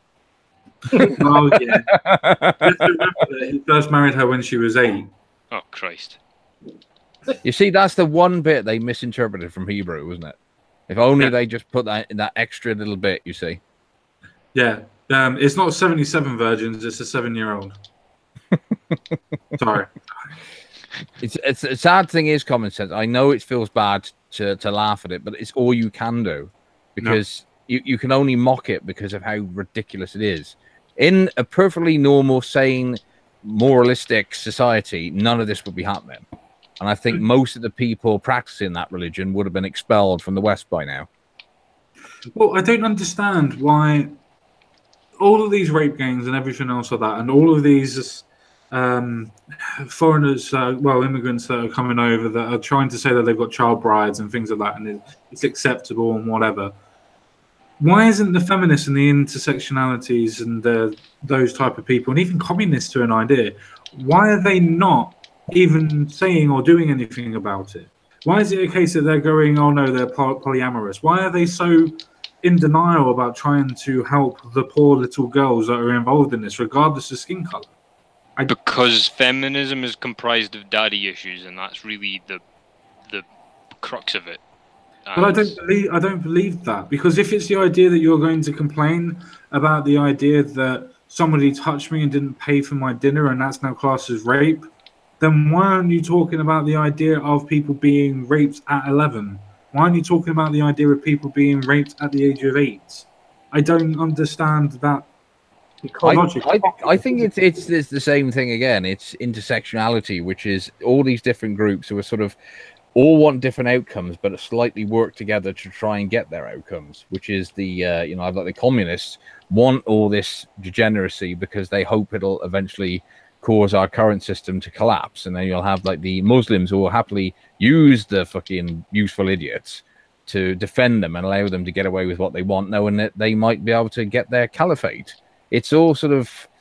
Well, that's not really a conspiracy theory either. I mean, the communists were quite open about making stuff like that happen. They were like, if you need to side with a nihilist, then do it. They didn't have Islam back then as a thing that they considered Do you know who sided with Hitler? Sorry? Do you know who sided with Hitler from the Middle East? Go on. Muslims from the Turkish Caliphate. Oh, of course. Yeah. That's right. Our Turkish buddies who love us so much that they're letting Daesh and ISIS just funnel on in and out of the European Union, which they have no business doing in the first place. Yeah. But no, I just there's something I was going to say, but I completely and utterly forgot. What was the bit that we were talking about just before I made a stupid point? Oh, I kind of flippantly said that the whole crux of feminism is daddy issues and everything's a rationality after that. No. We were talking about why the people help these ideas. I honestly think, and this is my own personal theory, the reasons why identity politics helps these type of things and pedophiles and things like that, and don't talk about the rape gangs, because if you talk about the rape gangs, you have to talk about multiculturalism. If you talk about multiculturalism, you have to talk about immigration. If you talk about immigration, you have to talk about the ideology, which means that if you talk about one thing, your whole belief system is now in question, which means for people that don't want to talk about their ideologies and belief systems, it's just a case of didn't happen. And on a more practical level, when you follow it back to its root, it's the politicians' fault, and they don't want that coming out. Yeah. Yeah. Well, that's another thing. It's a case of nobody ever wants to be proven wrong. Nobody ever does. So when it's a case of your whole belief system, and it is true, that it is the whole belief system that if you talk about one issue, that is child rape or Pakistani rape gangs or Asian rape gangs, if you want to be PC or whatever, it's a case of if you talk about that, you have to talk about all the structures that come up to that point to let that happen. That means you've got to talk about government societal pressures. You've got to talk about police pressures, the idea of people that are talking about it in the local place. Then you've got to talk about immigration. Then you've got to talk about the idea of multiculturalism and where people are going in. There's no integration and so on and so forth. Then you've got to talk about religion and things like that that are now coming into play. And then culture. Your whole belief system is then under threat by addressing one aspect. And those same people don't want to destroy their whole belief system. So they actively seek to not accept it. They go out and deny it it's even happening. Or they twist it and go, white people rape as well, you know. You're spot on, because I was really quite hardcore lefty for many years, and I was a hardcore lefty because I questioned things, and I was questioning the sort of the status quo, and the people that were giving me the best answers were people like, you know, John Pilger and you know, the American documentary, Oliver Stone. They were showing you the Iraq and Afghanistan war, and they tell you, well, these immigration problems are blowback from these wars, and you're like, yeah, that's spot on. And then you look at it a bit further, and just like what you're saying, and then what happens is after a year or so of doing that, you realise that you've been taken for a fucking ride by everybody you've ever listened to. Yeah. Left or right or middle. Yep. And it's a really... Jordan Peterson talks about it brilliantly when you've been betrayed, like you're no longer in the same place in time because your whole schema of it's just been demolished. So it's like I didn't live in Britain anymore. I lived in this fucking wasteland that I didn't recognise. Yeah. And you've got to build yourself back up from there, especially if you've been lied to quite brazenly for your whole life. And like you say, people don't want to do that because it is quite traumatic, especially if you've been giving your time and effort to these causes. Yeah. As I was. Well, that's the thing. Even, believe it or not, I'm going to tell you something that you're all going to absolutely hate. When I first started voting, I was a Labour supporter. I was just down and out Labour supporter. I even voted in Tony Blair. Or helped. Yes, I did. I'll admit that. But I was fresh out of school. I thought that the idea of the Labour Party was absolutely amazing to me. That they were going to bring good values, and the idea of multiculturalism. In my head, the idea of civic nationalism, as I said before, the idea that it doesn't matter what your colour is as long as you come to the ideals. The problem is that with people that believe in those type of things are so idealistic that they don't see the problems of human nature. They don't see the downside of what could happen if you do have open borders. They only want to look at the good and think, well, no, I'm doing good for it. The only problem is with real life, you have to be pragmatic and actually realize that there's two sides to every coin. For every action you have, there's an opposite and greater reaction, as good old Einstein would say. Yeah, and the thing is, the formula is always the same. They say, oh, we're going to do this, and it's an impossible task, but you know, it sounds good. So they say, we're going to do this, and then it doesn't work. And then you say, well, I thought we were doing this. And it's like, but we are doing this. And it's like, well, we're clearly not. And then they go, okay, you're one of the smart ones. The thing is, we're almost doing it, and if you tell anybody we're not doing it, those nasty Tories will win. So you just keep stum, and we'll keep working towards it. And you're like, okay, fair enough. And they keep you going with that sort of stuff until you're just as corrupt as they are, or you tell them to fuck off and go and be an adult. Oh, Crumb, can you please explain that to my father? Please. The thing is, people get set into their own ways and they literally just don't want to change. As I said before, my dad's really weird. One minute he's such a libertarian, so the idea of everybody should be doing this, everybody should be doing that, and then he's so authoritarian to where it's like, no, if I was in power, you would have to do this, and it's just like, I don't understand where the conflict is. I don't understand how you get the conflict of issues there. One minute you're so free and so open, and you want things to be good and free and whatever, and then the next minute you're like, nah, you got to restrict their freedoms, make sure that they know what's going on, and if they were doing something wrong, you got to take away their human rights, in you. It's just like, the fuck are you on, Dad? No.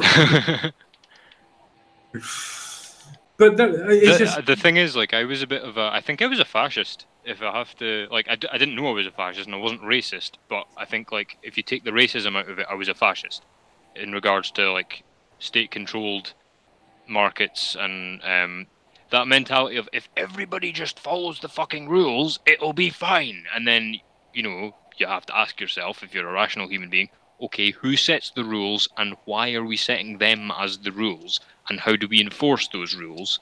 And none of those answers are good. Yeah. And the main one is... I used to be a great admirer of George Galloway, of all people. And now I look back and I'm like, Jesus Christ, like... Your fucking face. That was a classic. Exactly.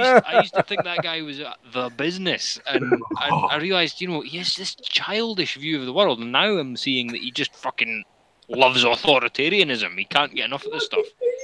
A little bit. Fucking loves this stuff. If there's an authoritarian dictator in the world, he'll be going over for tea, and that pains me to say because I really liked the guy when I was Venezuela. Hmm? You mean like Jeremy Corbyn with Venezuela? Oh no, because he's fucking he's just hopeless. Yeah. Galloway would get some serious fascism started if he got the chance. Corbyn just kind of blunders into it. Yeah, to be fair to old Galloway, I did see him. Did you any of you boys see that Legxit, the movie that was on around about the referendum time? Because there was Brexit, the movie, and there was one called Legxit, which was the left-wing argument for Brexit. And he was in it, and he did give quite a few... Before you go any further, Magic, before you go any further, what the hell type of name would you call it as Legxit? It sounds like the porno parody of it, doesn't it? Well, I wish it was. I really wish. I was more going to go down the road of, you're just trying to go against people that are talking about leaving something, and you're going to call it Legxit. Now, for anybody that doesn't know English fucking colloquialism, leg it means runner's way as far as you can. Yes, yeah, leg it. I don't know Common Sense. I had nothing to do with it, and it wasn't the best documentary I've ever seen. Shut up. I tried to make him watch it, but again, he dismissed it as just fucking Tory bullshit. But you know what I mean, though? It's just like they have this thing of, you know, we need to make some rules and stick to them and everything will run better. And it's like, that's what fucking Hitler thought. Would you please get a grip of yourself? And it's like, they just don't see it. They have this child's view of the world. And like Common Sense was saying about these things that they promise, it's like, nobody stops to think if these things are achievable. Like, isn't that a little bit important? Well, it was like the idea of student tuition fees, free tuition fees. Now, it's a fucking amazing idea for that to happen. Amazing idea.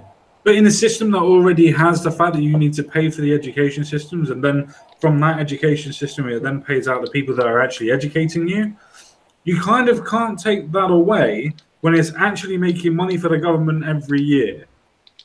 Because if you take it away, that means the government has less money and has to pay it more out into another sector that it can't even keep running on the NHS.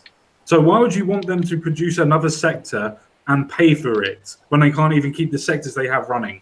Well, the trouble is that especially when you look at the size of the university sector now compared to what it was in '97 when it was all the fees were originally introduced, which was typically a fucking year before I went. Not line bitter.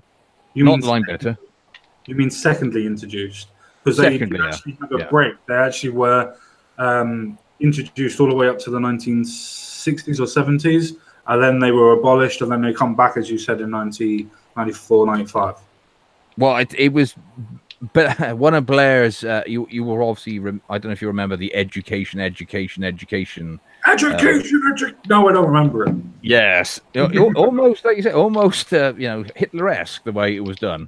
And one of the... education! I'm keeping that for the first time he does an LBP fucking speech. I'm sure Roscoe Blair made absolutely clear that the Labour Party had no intention of increasing or bringing in the fees because the Tories were going to. And then, of course, completely rained on it and they were brought in just in time for my lot starting university bastards. But the point being is that the university sector has ballooned now, like every other fucking sector that they allow to, have massive fucking amounts of money and fees pumped into it. So if it's probably about 3 times the size now with all the polys that are now classed as universities. So it's become just another government Ponzi scheme that now is too big to effectively fail. so that if Corbyn was allowed to let it all free, fucking the bill would be near enough the same level as the fucking tax credits bill. Yeah, very much so. Very fucking much so. And as you and we have been talking about fucking happy stuff, let's go and talk about Labour, and let's go have a quick laugh at them. Usually the word is enough. You'll get either an eye roll or a chuckle, one of the two. Oh, this is definitely a chuckle, but it's a chuckle, but it's an eye roll because of how blatant she's done something. But I'll let everybody try and. It's not Diane Abbott, is it? Just. No, it's not. Oh, it's, Labour MP Fiona Sanaya. It's just pure coincidence. Yeah, it's just coincidence. Yeah, another black lady in Labour who's fucked up. Yeah. The views expressed in this live stream are completely of those who are of their own person and do not reflect the views of everybody in this live stream. Yeah, my view is that no black person ever has done anything wrong. Good boy. I will give you a treat at the end. So, Labour MP Fiona Onasanaya charged with perverting the course of justice. This is an MP, mind you, that's just been charged with perverting the court of justice.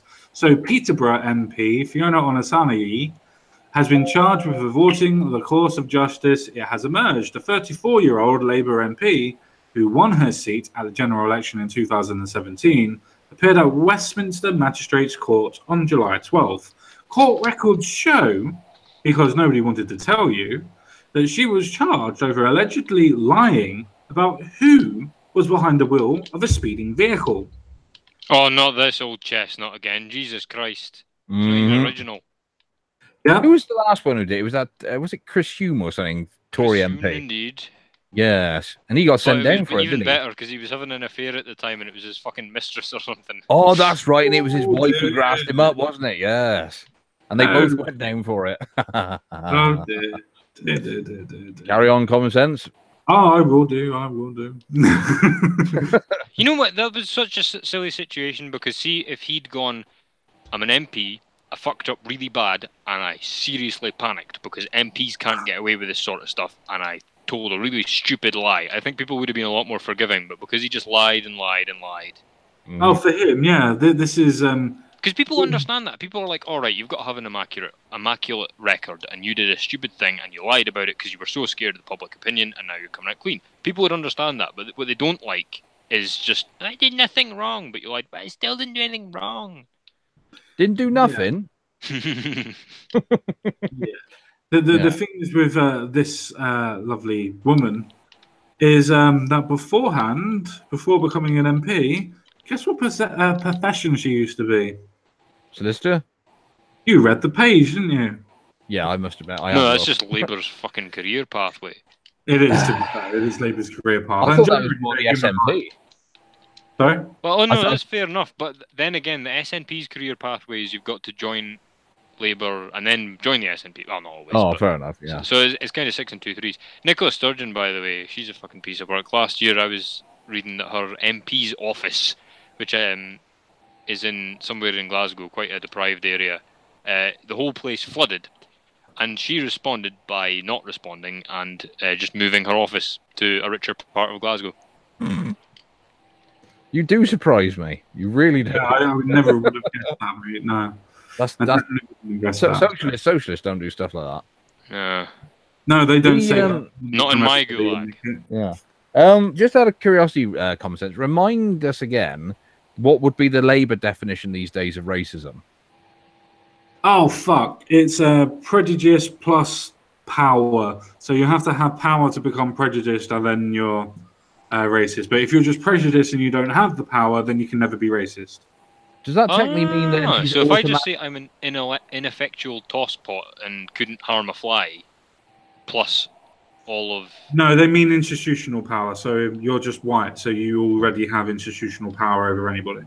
So it's a bit racist. Yeah, I'm with you. That's the reason. That's the reason why Labour. You effectively have more privilege points than that Labour MP does. That's what I'm saying. She must be innocent straight away. It's so funny, isn't it? Because she's actually got a serious amount of clout in the system. Plus, she's gotten away with a crime, and I'm the privileged one. To be honest, Yeah.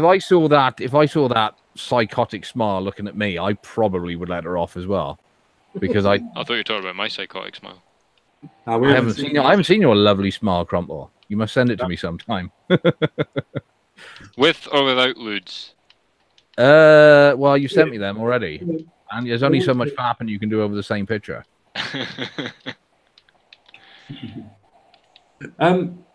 Yeah. Pure Well, common no- sense. there's He's no- like, oh, let's get Crumple Point on. We'll have a good discussion. Nah. There's no segue out of that one. I'll just let him carry on with a momentary and awkward silence, and then straight into the next story. Well, actually, I was going to say, with the fact of the prejudice plus power and all that fucking bullshit, it's absolutely amazing because it means that some people like David Lammy that are constantly race baiting all the time, and especially people like Diane Abbott that has been quoted as saying and pulled up on it by Andrew Neil show by saying that West Indian mums will do more for their children than any other people, and those type of people are allowed to do what they go against what they say, but yet do what they say other people is not supposed to do, and they never get pulled up properly on it ever. Yep. It's just absolutely amazing on me. And then we have the idea of just Labour in themselves that are completely and utterly fucking destroying the idea of democracy. And the reason why they're doing that is because Labour MPs face members' wrath for a narrow vote on Brexit. I got there. I did the segue. Beautifully done. So Kate Holy, Union. Oh, for fuck's sake! I haven't even been drinking. Maybe But that's the problem. Unanimously lost a vote of no confidence by a local party, while Frank Field still faces the same battle. And those are the two MPs there. If you wanted to look at them, the link is in the description. If you wanted to read along with it. I actually really like Kate Hoey and Frank Field. In fact, Frank Field would have made a fantastic Labour leader because he is one of the most sensible members of Parliament there currently is. Yeah, I like Frank Field, actually. That's not actually saying much. You do realise that, don't you? Believe You know me, who I wanted to be Labour leader is Dennis Skinner. He's fucking mental, and I love him. Dennis Skinner is the proper idea of a left gammon, isn't he? Oh, he's an absolute madman, but I do adore him, and yeah. He is old school Labour, so you know he does actually still give a toss about the working class. Believe it or Yeah, not. because he's like you say, old school. He's like better conditions for workers as opposed to, you know, feminist dance therapy for the masses. Yeah. But we need that dance therapy, otherwise we're all going to be really, really annoyed and too stressed to work. Yeah. You see, where these ones, they understand that things like mass immigration does actually work, does actually negative affect the worker, the working class worker of Britain, which is why one of the reasons being in the EU hasn't been good for them. Whereas other fucking morons like the names you brought up before, like David Lammy and Diane Abbott, you know, political failures who are looking for another way to cream off the system once they eventually get booted out of the House of Commons. Poor choice of words. Well, let's put it this way: they ain't going to ask David Lammy back onto question time onto Mastermind anytime soon, are they? David Lammy reminds me of some shitey TV chef. You know, he's like Lorraine Kelly mixed with Ainsley Harriott. It's like You mean Martin Ames? politics. You mean Martin Ames? Huh? You mean Martin Ames? He looks like Martin Ames. Oh, I don't know. It's just like he goes on and he talks about something, and you're waiting for him to announce the makeover as opposed to announce a sensible policy decision. I always thought of him like as a poor man's Frank Bruno. He does look like he probably should have been a boxer and about on the same IQ level. But Frank Bruno was such elegant talking. You all right, mate? Frank Bruno was a lovable rogue, and that's what we liked about him. Whereas David Lammy is just a bell end of the highest order. If we're talking about sensible left-wing people who made a good case for Brexit, Bob Crow was pretty kick-ass. He was a big trade union guy, and he died of a heart attack or something. But he was really quite sensible for a lefty. Like he properly understood the value of a market system, but he had the sort of well, trade unionisty kind of views, you know, for better or worse. And he wasn't. Bob Crow and David Woodley were the last two I really had any respect for, because they did actually give a toss. I was really sad when he went.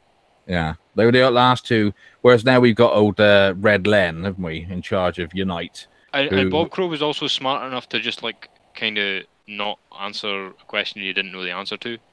Yes. There was a few times on Question Time where he would give like, he wouldn't say, fuck if I know, but he would say like, you know, well, here's my initial kind of opinion, but I'm not really an expert. You know, like he would go for the jugular if he knew what he was talking about. And it's like, you could say what you like about trade unionists or whatever, I don't know, but like I thought he was a pretty cool guy. Yeah, whereas you got Len McCluskey now saying things like how we must stop the racist Football Lads Alliance, mustn't we? Yeah. The Racist Football Lads Alliance that is predominantly filled with Sikhs and Hindus, and prominently have what is it? What do they call them? Oh yeah, veterans. I'm not talking about. Speaking of veterans, I love that Phil Campion guy. He's mental, but in the best way. Right, let's get back to the actual story. We've only got two left. Two Brexit-supporting Labour MPs are facing the wrath of their local parties over a contra vote in Parliament that Theresa May only narrowly survived. Kate Hoey and Frank Field have both come under fire from local members for backing amendments by the European Research Group, giving the the government a majority as low as 3. So even if they didn't vote for it, the government would still have won by one vote. Yay! Miss Hoey is the MP for Vauxhall. The London constituency thought to have had the highest Remain votes in the 2016 EU referendum. I've got a quick question for everybody. I know I said we're going to get on with the story, but does that mean then that everybody that voted Leave that has a Remain MP can now extinguish or get rid of their MP because they voted the opposite way to the constituency? Oh, fucking hell. Our twat's going then. Great. Yeah. But is that the right thing to do in a democracy? Just because that the MP voted a certain way, does that mean that it's a case of you have to get rid of them for it? It's just unfortunate, really, that both Hoey and Field are Labour MPs in London, and we all know what the average Londoner, with the exception of one or two maybe, are like in certain parts of London, because it's quite. I think if Corbyn wasn't pretending to be a Remainer now, I don't think his Islington set would be best pleased with his stance on Brexit, would they? No, if they actually knew the stats of what he was doing for Brexit and how much he's always supported the abolition of the EU so he can do his nationalistic socialism. That's when I lost respect for Corbyn after seeing his really quite good speeches on why the EU were full of shit, and then he just betrayed everything that he stood for, supposedly. And the one thing as well, Crump, is that you've obviously got like John McDonnell, who he never will actually come out and admit that he's never supported the EU either now. But then he won't even admit that he's a Marxist, even though he's been filmed on camera saying it. But all the other freaks that he's filled his shadow cabinet with, like, Abbott and Lammy and all the other fucking... Oh, so you missed the most important one, fucking Thornbury. Oh, God, she's a... Oh. Which one's that?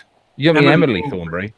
Yeah, but what the fuck is old Lady Nudgy doing in the Labour Party?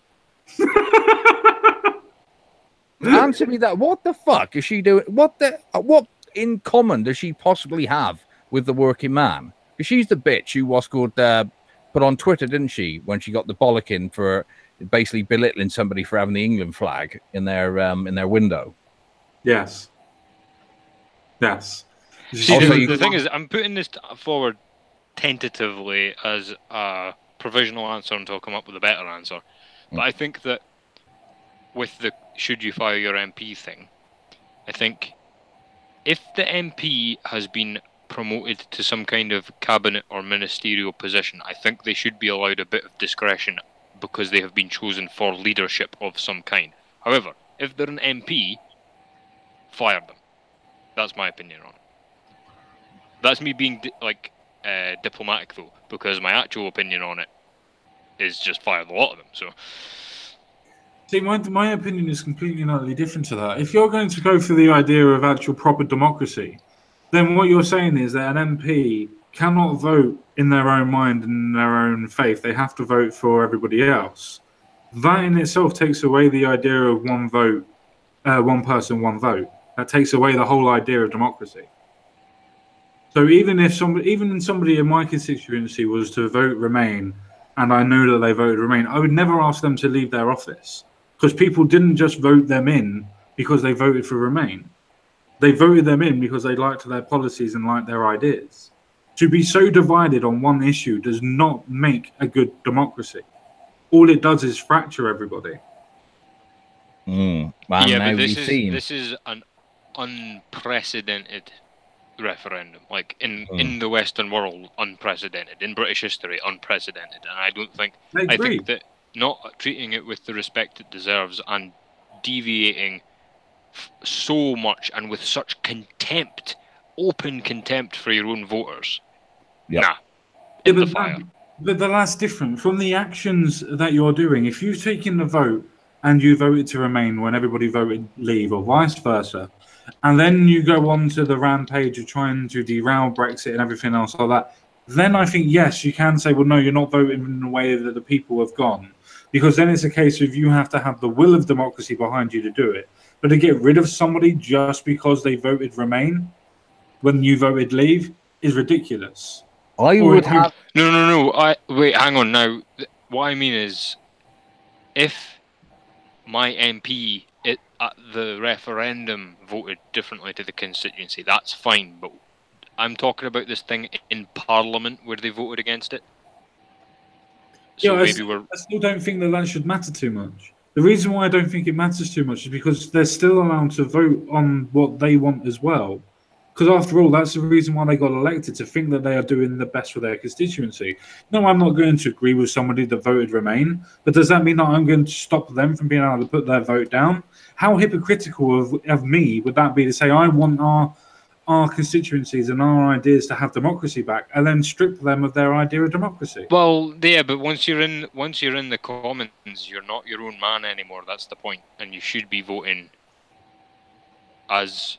In this case, if the referendum vote was clear, which it was extremely clear, and it was a huge turnout as well, and you deliberately vote against your constituents, I don't think on this particular issue, I don't think that they should. Even though these two people actually voted Leave, and because they voted again for Leave, that it was the only reason why this bill passed, so that we can walk away with a no deal. You believe that those two people should be absolutely scalded for the fact of following the will of the people? I think we must have got our wires crossed. What? No, because these two people that we're talking about, Miss Hoey and Field, they've got sacked because they voted against what Labour wanted them to do, which was to have an amendment restricted, so that we would be able to. So we would have to. We could. Oh no, they've been fired from the party. They've not been fired as members of Parliament. No, they're being fired from members of Parliament. They're being deselected. Oh, I forgot that parties could do that. It just shows you how fucking corrupt the big two parties are, and that they both need to go. They're doing it a lot at the moment, aren't they? They're deselecting a lot of moderate Labour MPs, aren't they? So they can get more Corbynistas in. Yes, they're also making most Labour MPs now sign a contract to say that you agree with Jeremy Corbyn's policies and won't go against Jeremy Corbyn. Yeah, the SNP have done the same thing. You will lose your position in the party if you openly criticise the party. Yeah. What does that sound like a line from? That sounds very familiar to something. I can't quite put my finger on what it is. It even says the party, like in the quote, like in the. I can't remember what it's even called, because it was one of these things that was being shared around, and I can't remember. It was a few years ago. But... Yeah, it's almost like they're almost a nationalist, socialist sort of party these days, aren't they? Yeah, but no. I think I still stand by. I think if you vote against your constituents on an issue this big, then hell mend you. I don't care. If you voted for your constituents and been deselected, well, that's a shame. But you were obviously I would say things are going to happen. If you're in a party that's an absolute shithole and you vote with your conscience, then of course the party is going to vote against you, or not vote against you, but you know what I mean. Yeah, I take the attitude which is someone like Kate Hoey and Frank Field. I give them respect because they have not flip flopped at all. They've been consistent. They've been very consistent on this, on the EU for many years. And come the vote, they didn't flip flop and say, "Oh, well, we want to, the parties vote in Remain, so we'll support Remain as well because we, our careers and all that." They didn't. They stuck to their principles. And my sitting MP isn't one of them. He will flip flop. Whatever the party stance is, so I have no respect for him at all. But if my constituency voted heavily for Leave. Now he campaigned for Remain. But if he had been consistent and just, stuck to his guns, because I've watched his voting pattern since, he's voted with the government every time, you see. So he is just somebody who just follows the party line regardless. He's got no principles. Just whatever will keep him safely in the party and safely keep his seat. So fuck you. Whereas, anybody, if you stick to your principles, I will respect that. But if you're just another party tower, then get the fuckers out. Yeah, and I think that this is the thing, is the deselection thing is horrible, but they did the right thing, and everybody should have done that, and it's everybody else that's wrong, and it's like, yeah, okay, they've been deselected, and that's a shame, but they need to just stand as an independent, because the party has chosen to go against the will of the people, entirely. And the thing is, I don't agree that you're there to be a leader. I believe that you're there to be a shortcut. I believe that you're in Parliament. Yes, you have to exercise your discretion, but all you're there to do is save every single thing being voted on by everybody in the country. That's the only reason. I mean, to be honest, with the internet, we could probably get rid of MPs altogether, and I'm not being funny. I reckon we could, because the whole point was you had an MP because you couldn't get everybody in the country to vote on everything all the time. That's ludicrous. Nothing would ever get done. So you have an MP to kind of speed things along. And yeah, I disagree with that completely. And the reason why I disagree with that is the fact that we need a representative. Now, does that representative need to agree with everybody at every time? Of course not. They're going to have their own views and their own ideas as well. But that's the process of an election. You elect that person on the policies and the ideas of what they're presenting to you. Now, if they're going to present to you a particular topic or a particular idea that you disagree with, but you vote for them anyway, then that's your fault in the first place. They're going to stick to their principles now on most of the time. The only problem that I have with this, generally, is the fact that if people are going to say that we should live under a democracy, and then they say that we should deselect people that vote against us, that's not a democracy. That's the idea of I know better than you, and you are no better than what Labour are doing at this moment in time, or the Remainers, when they say you didn't understand what you voted for. Yeah, and that's kind of what I'm getting at when I say that an MP is only a shortcut to not having a vote, because the thing is that you're going to end up with a parliament full of Corbyns, unless these people are basically saying, right, here's what I believe. I will represent you lot. You vote for me, and there's a sort of, not a contract, but you know what I mean. There's an agreement there. Now, if they stop holding up their end, which is, doing what they think their constituents want them to do, then they've lost all legitimacy, in my opinion. And the thing is that they can't know all the time what their constituents want them to do, which is why we have an election. But in this case, they knew exactly what their constituents wanted them to do.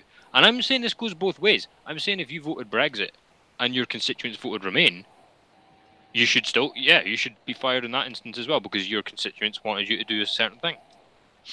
See, I just can't see that in the idea of democracy. I do understand your principles, and I do understand where you're coming from.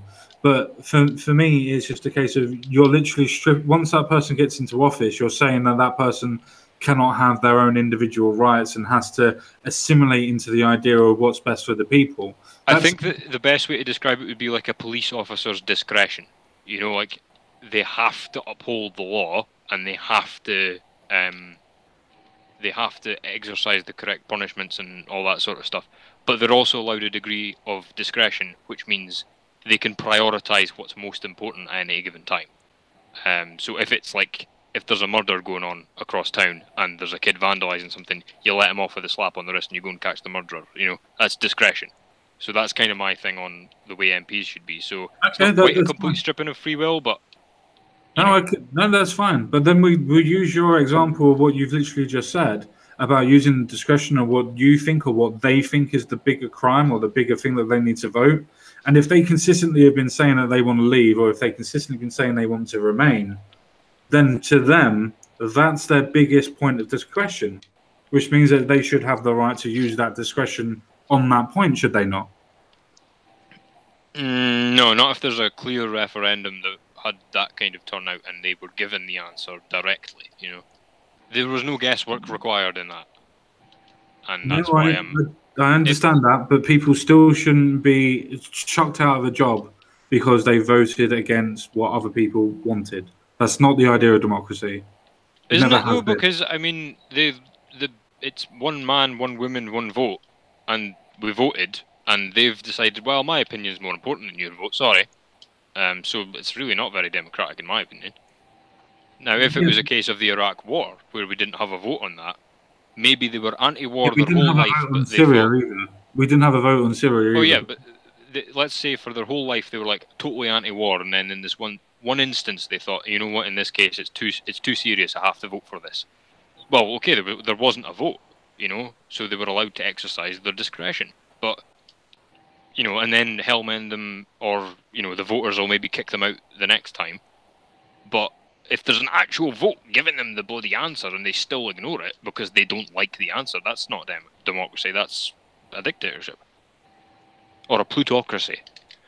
Yeah, I still have to disagree with you. I still think it's the case of they have the right to be able to vote the way that they want to vote. After all, they are one person as well. They are allowed to vote. Yeah, but they're not allowed. They're allowed to vote in Parliament. They're allowed to vote in the ballot box however they see fit. But in Parliament, they have to vote as they were told to vote by their constituents. Not always. After all, because they're voting on behalf of millions of people potentially. They're not just voting on behalf of themselves. Yeah, and as Magic Bollocks has already said, and it happens very, very often in all parties, if the whip wants you to vote against the party or against your principles, you are forced to go against your principles and what maybe your constituency voted for. But if you actually vote I'd rather not have the whip and have everybody vote on their principles, simply because you're still controlling what you vote. That's still not the idea of democracy. No, I don't like whips either. I'm not defending whips. No, but what I'm saying is the whole idea of democracy is to let the people and let the MPs decide what's going on. Now, if we took a vote, as we said in the referendum, we then wanted to hand back sovereignty back to our MPs and back to our parliament. Then we have to let our parliament decide what's best. Otherwise, we're not using democracy. But the thing is, like, how is that parliament? People are going to do? Yeah, the parliament is informed by the population, and yes, the parliament is informed by the population, but at the same time, the local MPs themselves have their own oppression and have their own points. That does not mean that they're going to vote on everything that is their own opinions. But when it comes to such a divisive point, as in Brexit, which is remain or leave, I think we should give them the leniency to be able to vote the way that they want to vote on. I think we've both stated our case, and I think I understand you and just simply disagree, and that's that. Yeah, that's fair enough. Respectfully, that's all. No, that's fine. Let's just move on that one, because otherwise we'll be here all bloody night. I do understand your point fully now. So, if only we could have had that with the referendum result. People just say, "Well, we agree to disagree," and we could have, it could have been so simple and all sorted by now. Yeah. I really want this story to come up because, speaking of child sex rapist, Childs denies trying to influence inquiry into sex abuse bishop. The future king says he was deceived over a long period of time about the true nature of Peter Ball's predatory behavior. Has anybody heard about this story so far today? Oh, yes. Yes. So we have Prince Charles has denied that he tried to influence a police investigation into disgraced Bishop Peter Ball in written evidence to a child sex abuse inquiry. The heir to the throne said claims by a former police officer that he come under pressure as a result of interest from himself were untrue, and argued that there was a gap between rumor and faith. Yeah, that's evidence. That's the only difference between rumor and fact is evidence. I think that if Prince Charles is doing it, it's probably the wrong thing to do. So just yeah. Yeah, I completely agree with that. Yeah, if he's involved, yeah, it's definitely He's a piece of work. He's like, I'm sure you've all heard about the whole Duchy of Cornwall situation where he doesn't pay any tax and he has all these tariffs that he charges people, and it's just like, talk about a conflict of bloody interests. Yeah, well, that's the reason why people like Ken Clark and others and Lord Adonis don't want to leave the EU, because the EU actually pays for their supplements. Yep. Yeah, it's one thing they tend to keep quiet about, all the subsidies they're actually getting through the amount of land, which means they're incredibly wealthy already. I talk about benefit scroungers as well. Oh yeah, and the best thing, they're getting money for scrounger. nothing. Yeah. Yeah, they literally get paid fucking money to make sure they don't do anything with their land. Wonderful, isn't it? Yep. Why can't they give me $500,000 a year so I don't mow my grass? Because you only have chickens and nobody wants chicken shit. And they know that I'll do it for $750,000. So I have rabbits, so I don't have to mow it at all. It's great. The Prince of Wales also revealed that following his resignation as Bishop of Gloucester, he said he had sent Balls and his brother small gifts of money and also assisted them in getting one of his Duchy of Cornwall properties. He said, "It remains a source of deep personal regret that I was one of the many who were deceived over a long period of time about the true nature of Mr. Ball's activities." Yes, with all the, I will use it in inverted commas for the Americans to understand, all the secret service that you have around you to be able to make sure that you're safe and know what's going on at all times. Because if you think people like them walk around with no bodyguards at all, even when you can't see them, you're sadly mistaken. Yep. He even needs him when he's mounting Camilla. Yep. Thanks. From the back. No, it doesn't matter. The written statement from Charles was read out during the independent inquiry into child sexual abuse, and I'm not reading the acronym because it can fuck off. The investigation as it examines how allegations against the former Church of England bishop were handled. Now 86, the former Bishop of Lewes and then Gloucester was jailed for 32 months in October 2015 for sexually abusing 18, not the age, 18 young men over a 30-year period, and he only got 32 months in prison. He should have died there. He was released in February last year after serving half of his sentence behind bars. So he didn't even... Sorry. Just... Sorry. He spent a year and 4 months in prison for having sexually abused over 18 young people. 18 months. Well, sorry, no, 16 months. Let me get it right. 16 months in prison. He should have claimed he was Muslim and married him. He'd have got away with it. Well, he probably converted while he was in there. It depends. Was he Church of England? No, he was Church of England, so they don't actually have it in their clause. In some Christianic religions, i.e. Catholicism, if you're actually raped by a priest, the priest actually has to marry you. And if he asks you to marry him, even if you have been raped, you have to accept. Wow. Yeah. Oh. It's a big thing in America, because America actually have that as a loophole in over 49 states that's allowed to actually happen. Does that come under like one of them weird lord Yes, it's a websites? Is it? loophole. Yeah, religious freedoms, Oh, okay. which means that they can potentially, if they were a rape 11-year-old, could marry the 11-year-old with the parents' consent.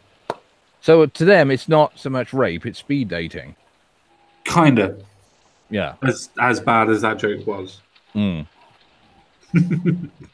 It was extremely tasteless, but it's the only way I could think of summing it up because Yeah, that's very shocking, actually. You have to remember that Catholicism doesn't actually ever give you a divorce. It's very, very rare in Catholicism to actually provide a divorce for you. It's one of the reasons why King Henry VII was actually able to start up the Church of England, because they wouldn't give him a third or fourth divorce. Oh, you're a Henry off. It was the 8th. I was going to say that was almost a David Lammy mistake there. Whoa, I've got friends that can help me. He's such a twat. Yeah. I can't help it. Generally, I did not know that's fucking terrible. Yeah, it really is. It really is. It's also part of Mormonism as well. Jesus Christ. Not that I do any research on religion or religious purposes, mind you.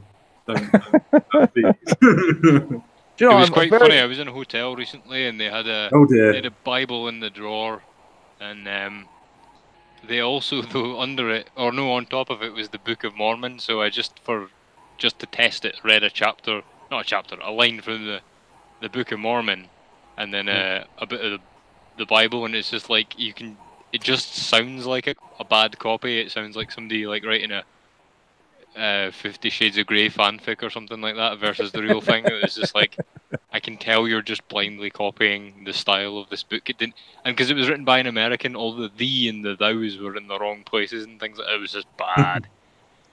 Did you know that the Book of Mormonism actually states that God actually comes from another planet, and the prophet Jesus, and yes, the prophet Jesus, actually come from another planet because he was exiled? No. Yes. That almost sounds like the crossover point for Scientology, doesn't it? Very, very much so, yes. And then you obviously have the prophet John Smith, surprising, that was actually saying that he was actually able to hear God and was actually able to write everything down on golden tablets, but then he buried it and forgot where he buried it, so he wrote it on a book cover instead. Oh, if only he'd done it on an iPad, it would have been quicker. Supposedly, yes. Anyway, I don't know anything about religion. Leave me alone. I think closet scholar here. No, never. I never do anything to do with religion. Honest. That's the reason why I don't do religious videos. Prince Charles said he was unaware of the true nature of the clergyman's behavior until more than 20 years after the allegations first surfaced. In his statement, he said he was not aware of the significance or impact of the caution when Ball mentioned it in a letter in 2009, and that he did not know until recently that a caution carries an acceptance of guilt. So the potential leader or potential person that's on the throne didn't know, or is using this as an excuse, that a caution carries an acceptance of guilt. Let that sink in for a while. So now, is that an English thing, or is that a UK thing? Because I thought a caution was just a thing where, like, it was just a form of punishment that wasn't up to the level of a fine yet. The caution. You have to accept it. That's why they normally give you a written piece of what they've just done. Oh, I see. That's your form of receipt. Anyway, let's move on, because apparently that didn't go very well. I think in Scotland you get a verbal warning, and then you get a written one. Yeah, a verbal warning is completely different to a caution. Sorry, I meant a verbal caution. It's a warning and then a caution and then a written caution, and I don't know. I could be wrong, but it's very convoluted up here. Can I just say that, in the same case, same way with Jimmy Savile, it's the old, if it looks like one and it acts like one. I mean, I don't want to be, too generalizing here, but if I'd have seen him on the street, I think alarm bells would have been ringing anyway. Yeah. Yeah. Well, for a start, he was the fucking leader of the church. Well, admittedly, yeah, nowadays, anybody who's associated with the cloth, you suddenly think, hello. So this is still Prince Charles. He said, at no stage did I ever seek to influence the outcome of either of the police investigations into Peter Paul, and nor did I instruct or encourage my staff to do so. The future king added, it is always possible my name was taken in vain, as I can, unfortunately, happen from time to time. Oh, he's saying he didn't encourage him, but I bet Andrew did. Oh, I bet Andrew did. And I bet Philip did as well. I bet they did it together. Well, you take that side of the room, please, Philip, and I'll take this one. I know that old Andrew liked his. Hair or blonde? I know Andrew liked getting on the same plane as was it Clinton and a couple of the other lot, and they apparently got a taste for pizza as well. I'm sure Jensen Quinn has a couple of juicy conspiracy theories about. Oh, I hope so. Yeah. I actually think link this to the LBP party, isn't it? I actually think the reason we don't see Edward anymore is because Mr. Quinn's at him. Yes, You leave Prince Edward alone. Where is Edward? Where is he? When do you last see him? In public. Never. True, you don't, do you? Ever since he married that Dolly Bird, gone. Good luck to him. He's now floating down the Thames, anyway. Well, most people don't float in the Thames. They actually tend to sink. Well, after what Mr. Quinn did to him, he does now what's called float. Okay. Yeah, digestion will do that. It does, yeah. In little small bits. I get it. Yeah. Old Mr. Quinn even knighted himself with him as well. I bet he did. Did he use his sword? Is that a euphemism? I don't know, sir. Oh, dear. He went on, in conclusion, obviously still Prince Charles. In conclusion, I would like to state that throughout my life, my position has occasionally brought me into contact with prominent people who have subsequently been accused of serious wrongdoing. Rather than rushing to private judgment, I have always taken the view that the judicial process should take its course, and I am then able to ground my opinions in facts tested by law, rather than hearsay. And unfortunately, I was actually partaking in one of the little lads that was actually going on, and he was dressed as a lamb. Sorry, I would have believed it if that had been part of the statement, but as well. It shows you he's full of shit as well, doesn't it? It's like, think of any ordinary person's reaction finding out that somebody they know was like that. They're always like, oh, I should have known, that bastard, I'll fucking have him. He better not have mentioned me. How dare he try and use my name to get himself out of it? I'm going to have him killed myself. But no, it's like, oh, I trust that the law will take its appropriate... fuck off. You know what he needs? Weekend in Paris. Is this before or after I nuke Paris? Oh, no. The reason why Magic Bollocks has said, for people that have missed the joke, the reason why he said that people should go to Paris is because their sexual age has been reduced to 11 or 13. What, is that because of all the cultural enrichment that they've been having? No, that's because of France. Actually, just the French being French. My joke was not sexual in the slightest. It's how he got rid of his first wife. Yeah, but you could argue that he had Mohammed Fayed as a bit of a helping hand. Really? Really? He wanted to get rid of his own beloved son? He did love him, but he didn't love Diana. No. Yeah, says another one for Mr. Quinn. I'm sure he's got a few theories on that one as well. I bet he's got a fucking file. Oh dear, she's on some island somewhere, isn't she? With the real Paul McCartney and a couple of others. Elvis. Currently basking in the sunshine. Right, then, people. Go on. If we ever decide to do a conspiracy theory on the Diana thing, you just let me know, because I've got a couple of little bits. Well, we know what we're doing Wednesday. Oh, knew you wouldn't let us down. We know what we're doing Wednesday now, then, don't we? All right, no problem. Wednesday's conspiracy theory has now been chose. Does anybody have anything to say about any of the stories? And no, not as a final word just yet, but just trying to talk about for a little bit. Bring back the rope. I just looked at the time and I did not realise that it is actually 25 minutes past 11.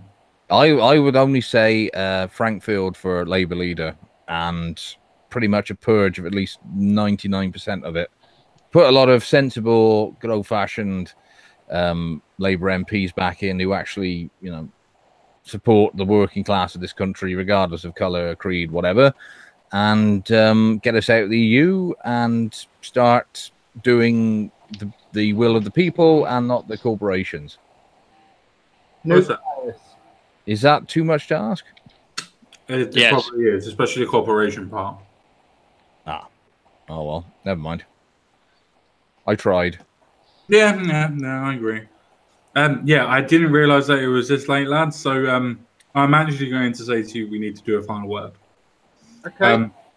If we start off with Crumple Point, then Jensen Quinn, and then Magic Bollocks, and then myself. I would just like to Good say that we should get rid of all of the bastard MPs and, send them to Paris. Yeah, that'll do.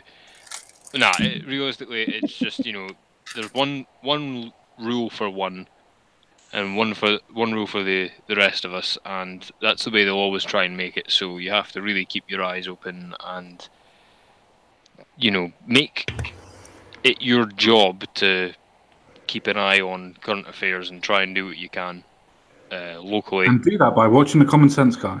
Yeah, and voting LBP. And then the other thing is, aside from all the corruption scandals and things like that, is what we were saying about belief systems and stuff like that is, well, yeah, you try and work out why you believe what you believe and question all of them and try and really whittle them down to the bare bones and make sure that they're really solid, because otherwise you're going to end up deluding yourself, and it's not a fun situation to be in for you or anyone else. And that's my final word. Thank you very much, guys, for having me. Okay. No, thank you very much. My one. All right. For once, I actually have a vague point to bring out, especially bringing up this thing with the flamethrowers that are being handed out to the various Muslims. Should I point out all of the wildfires that are occurring in Sweden? Sweden, rather well known for being a bloody cold country. Apparently, there's a bunch of wildfires. Just makes you wonder where they're practicing their flamethrower skills. And that's my final word. Oh. Sure, that just leaves the mighty, mighty Magic Bollocks. I'm a bit lost for words after those fine speeches there, and I'm going to go away now with a lot of thinking to do, especially the whole idea that Sweden is currently burning to the ground. But I think that's more from a sort of cultural point of view than actual flames at the moment. And depends on the forest fires. They have about 4 or 5 forest fires going at the minute. oh well, at least it keeps the the new Swedes as warm as they would be if they were back home anyway. I just like to say it's been an honour and a privilege to be back with my good old mate Common Sense. It reminded me why we did so well when we used to work together. We do bounce off each other very well, and Crumple Point is a very, very good commentator. He has his own view of the world. He's not afraid to share it with everybody. And Mr. Quinn is one of the most unique individuals I've ever met. And I do kind of wish him all the best in his hope of, global conquest through consumption. Of all the stories we talked about tonight, some of it has been funny, some of it's been educational, some of it's just been downright disgusting. and I still can't get over what Common Sense told me about having to marry your rapist in America. That will definitely stay with me for a long, long time. But thank you very much for coming to listen to us this evening, everybody. And because nobody else has brought it up, please subscribe to Common Sense. Please tell your friends about the Common Sense Guys channel. Please join the LBP when he launches it. And subscribe to Crumple Point's channel. Subscribe to Mr. Quinn's channel, even though he hasn't done any content yet, just to annoy him. And, you know, apparently nobody needs to subscribe to mine because I've got enough already, but that's a chat for another day. So thank you very much, everybody. All the best. Thank you very much, one and all, for that, and thank you very much, Magic Bollocks, for those kind ass-kissing words. I don't really actually have much to say at all, to be fair, with you guys today. I'm immensely privileged and very happy to have Magic Bollocks as a friend, and was able to come on today. Very happy with Jensen Quinn, and do wish that he would express more of a point every now and again, because he has a lot to say and he's very intelligent on what he actually says. As for Crumple Point, I love Crumple Point coming on, even though that sometimes we may disagree. At least we disagree in a way that it's a case of it's amicable. We can walk away, we can express our views in a candid way and be able to carry on. That's the level of what we should be able to do as a democracy. As Magic Bollocks has brought it up, I am around, I'm £50 short at this moment in time for being able to register the LBP party. I do actually still need to tweak the constitution just a little bit more, but after I've got that funding, and it doesn't matter where it comes from, actually, to be fair, at this moment in time, I can actually register the party and I can actually have other people come on and be part of it. I was speaking to Lothar Sheffield on one of my videos today, and he was saying that he would want to be a candidate, not for the LBP party, but because he's very angry about what's going on. And I said to him, if and when I get my party registered to become part of the LBP party, you'll have a constitution, you'll have some images that you'll be able to put around, you'll be able to sort things out and be able to have something behind you. And if more and more people were to do that, or that were following us, we would be able to get at least one member in every constituency. So pass it around. If people are interested in actually running, maybe it's a good idea that people actually start coming to a party that doesn't actually need funding at the minute. But that being said, thank you very much, guys. Great stories today. Thank you very much for all of your opinions. I really enjoyed it. As said, thank you very much. See you all again soon.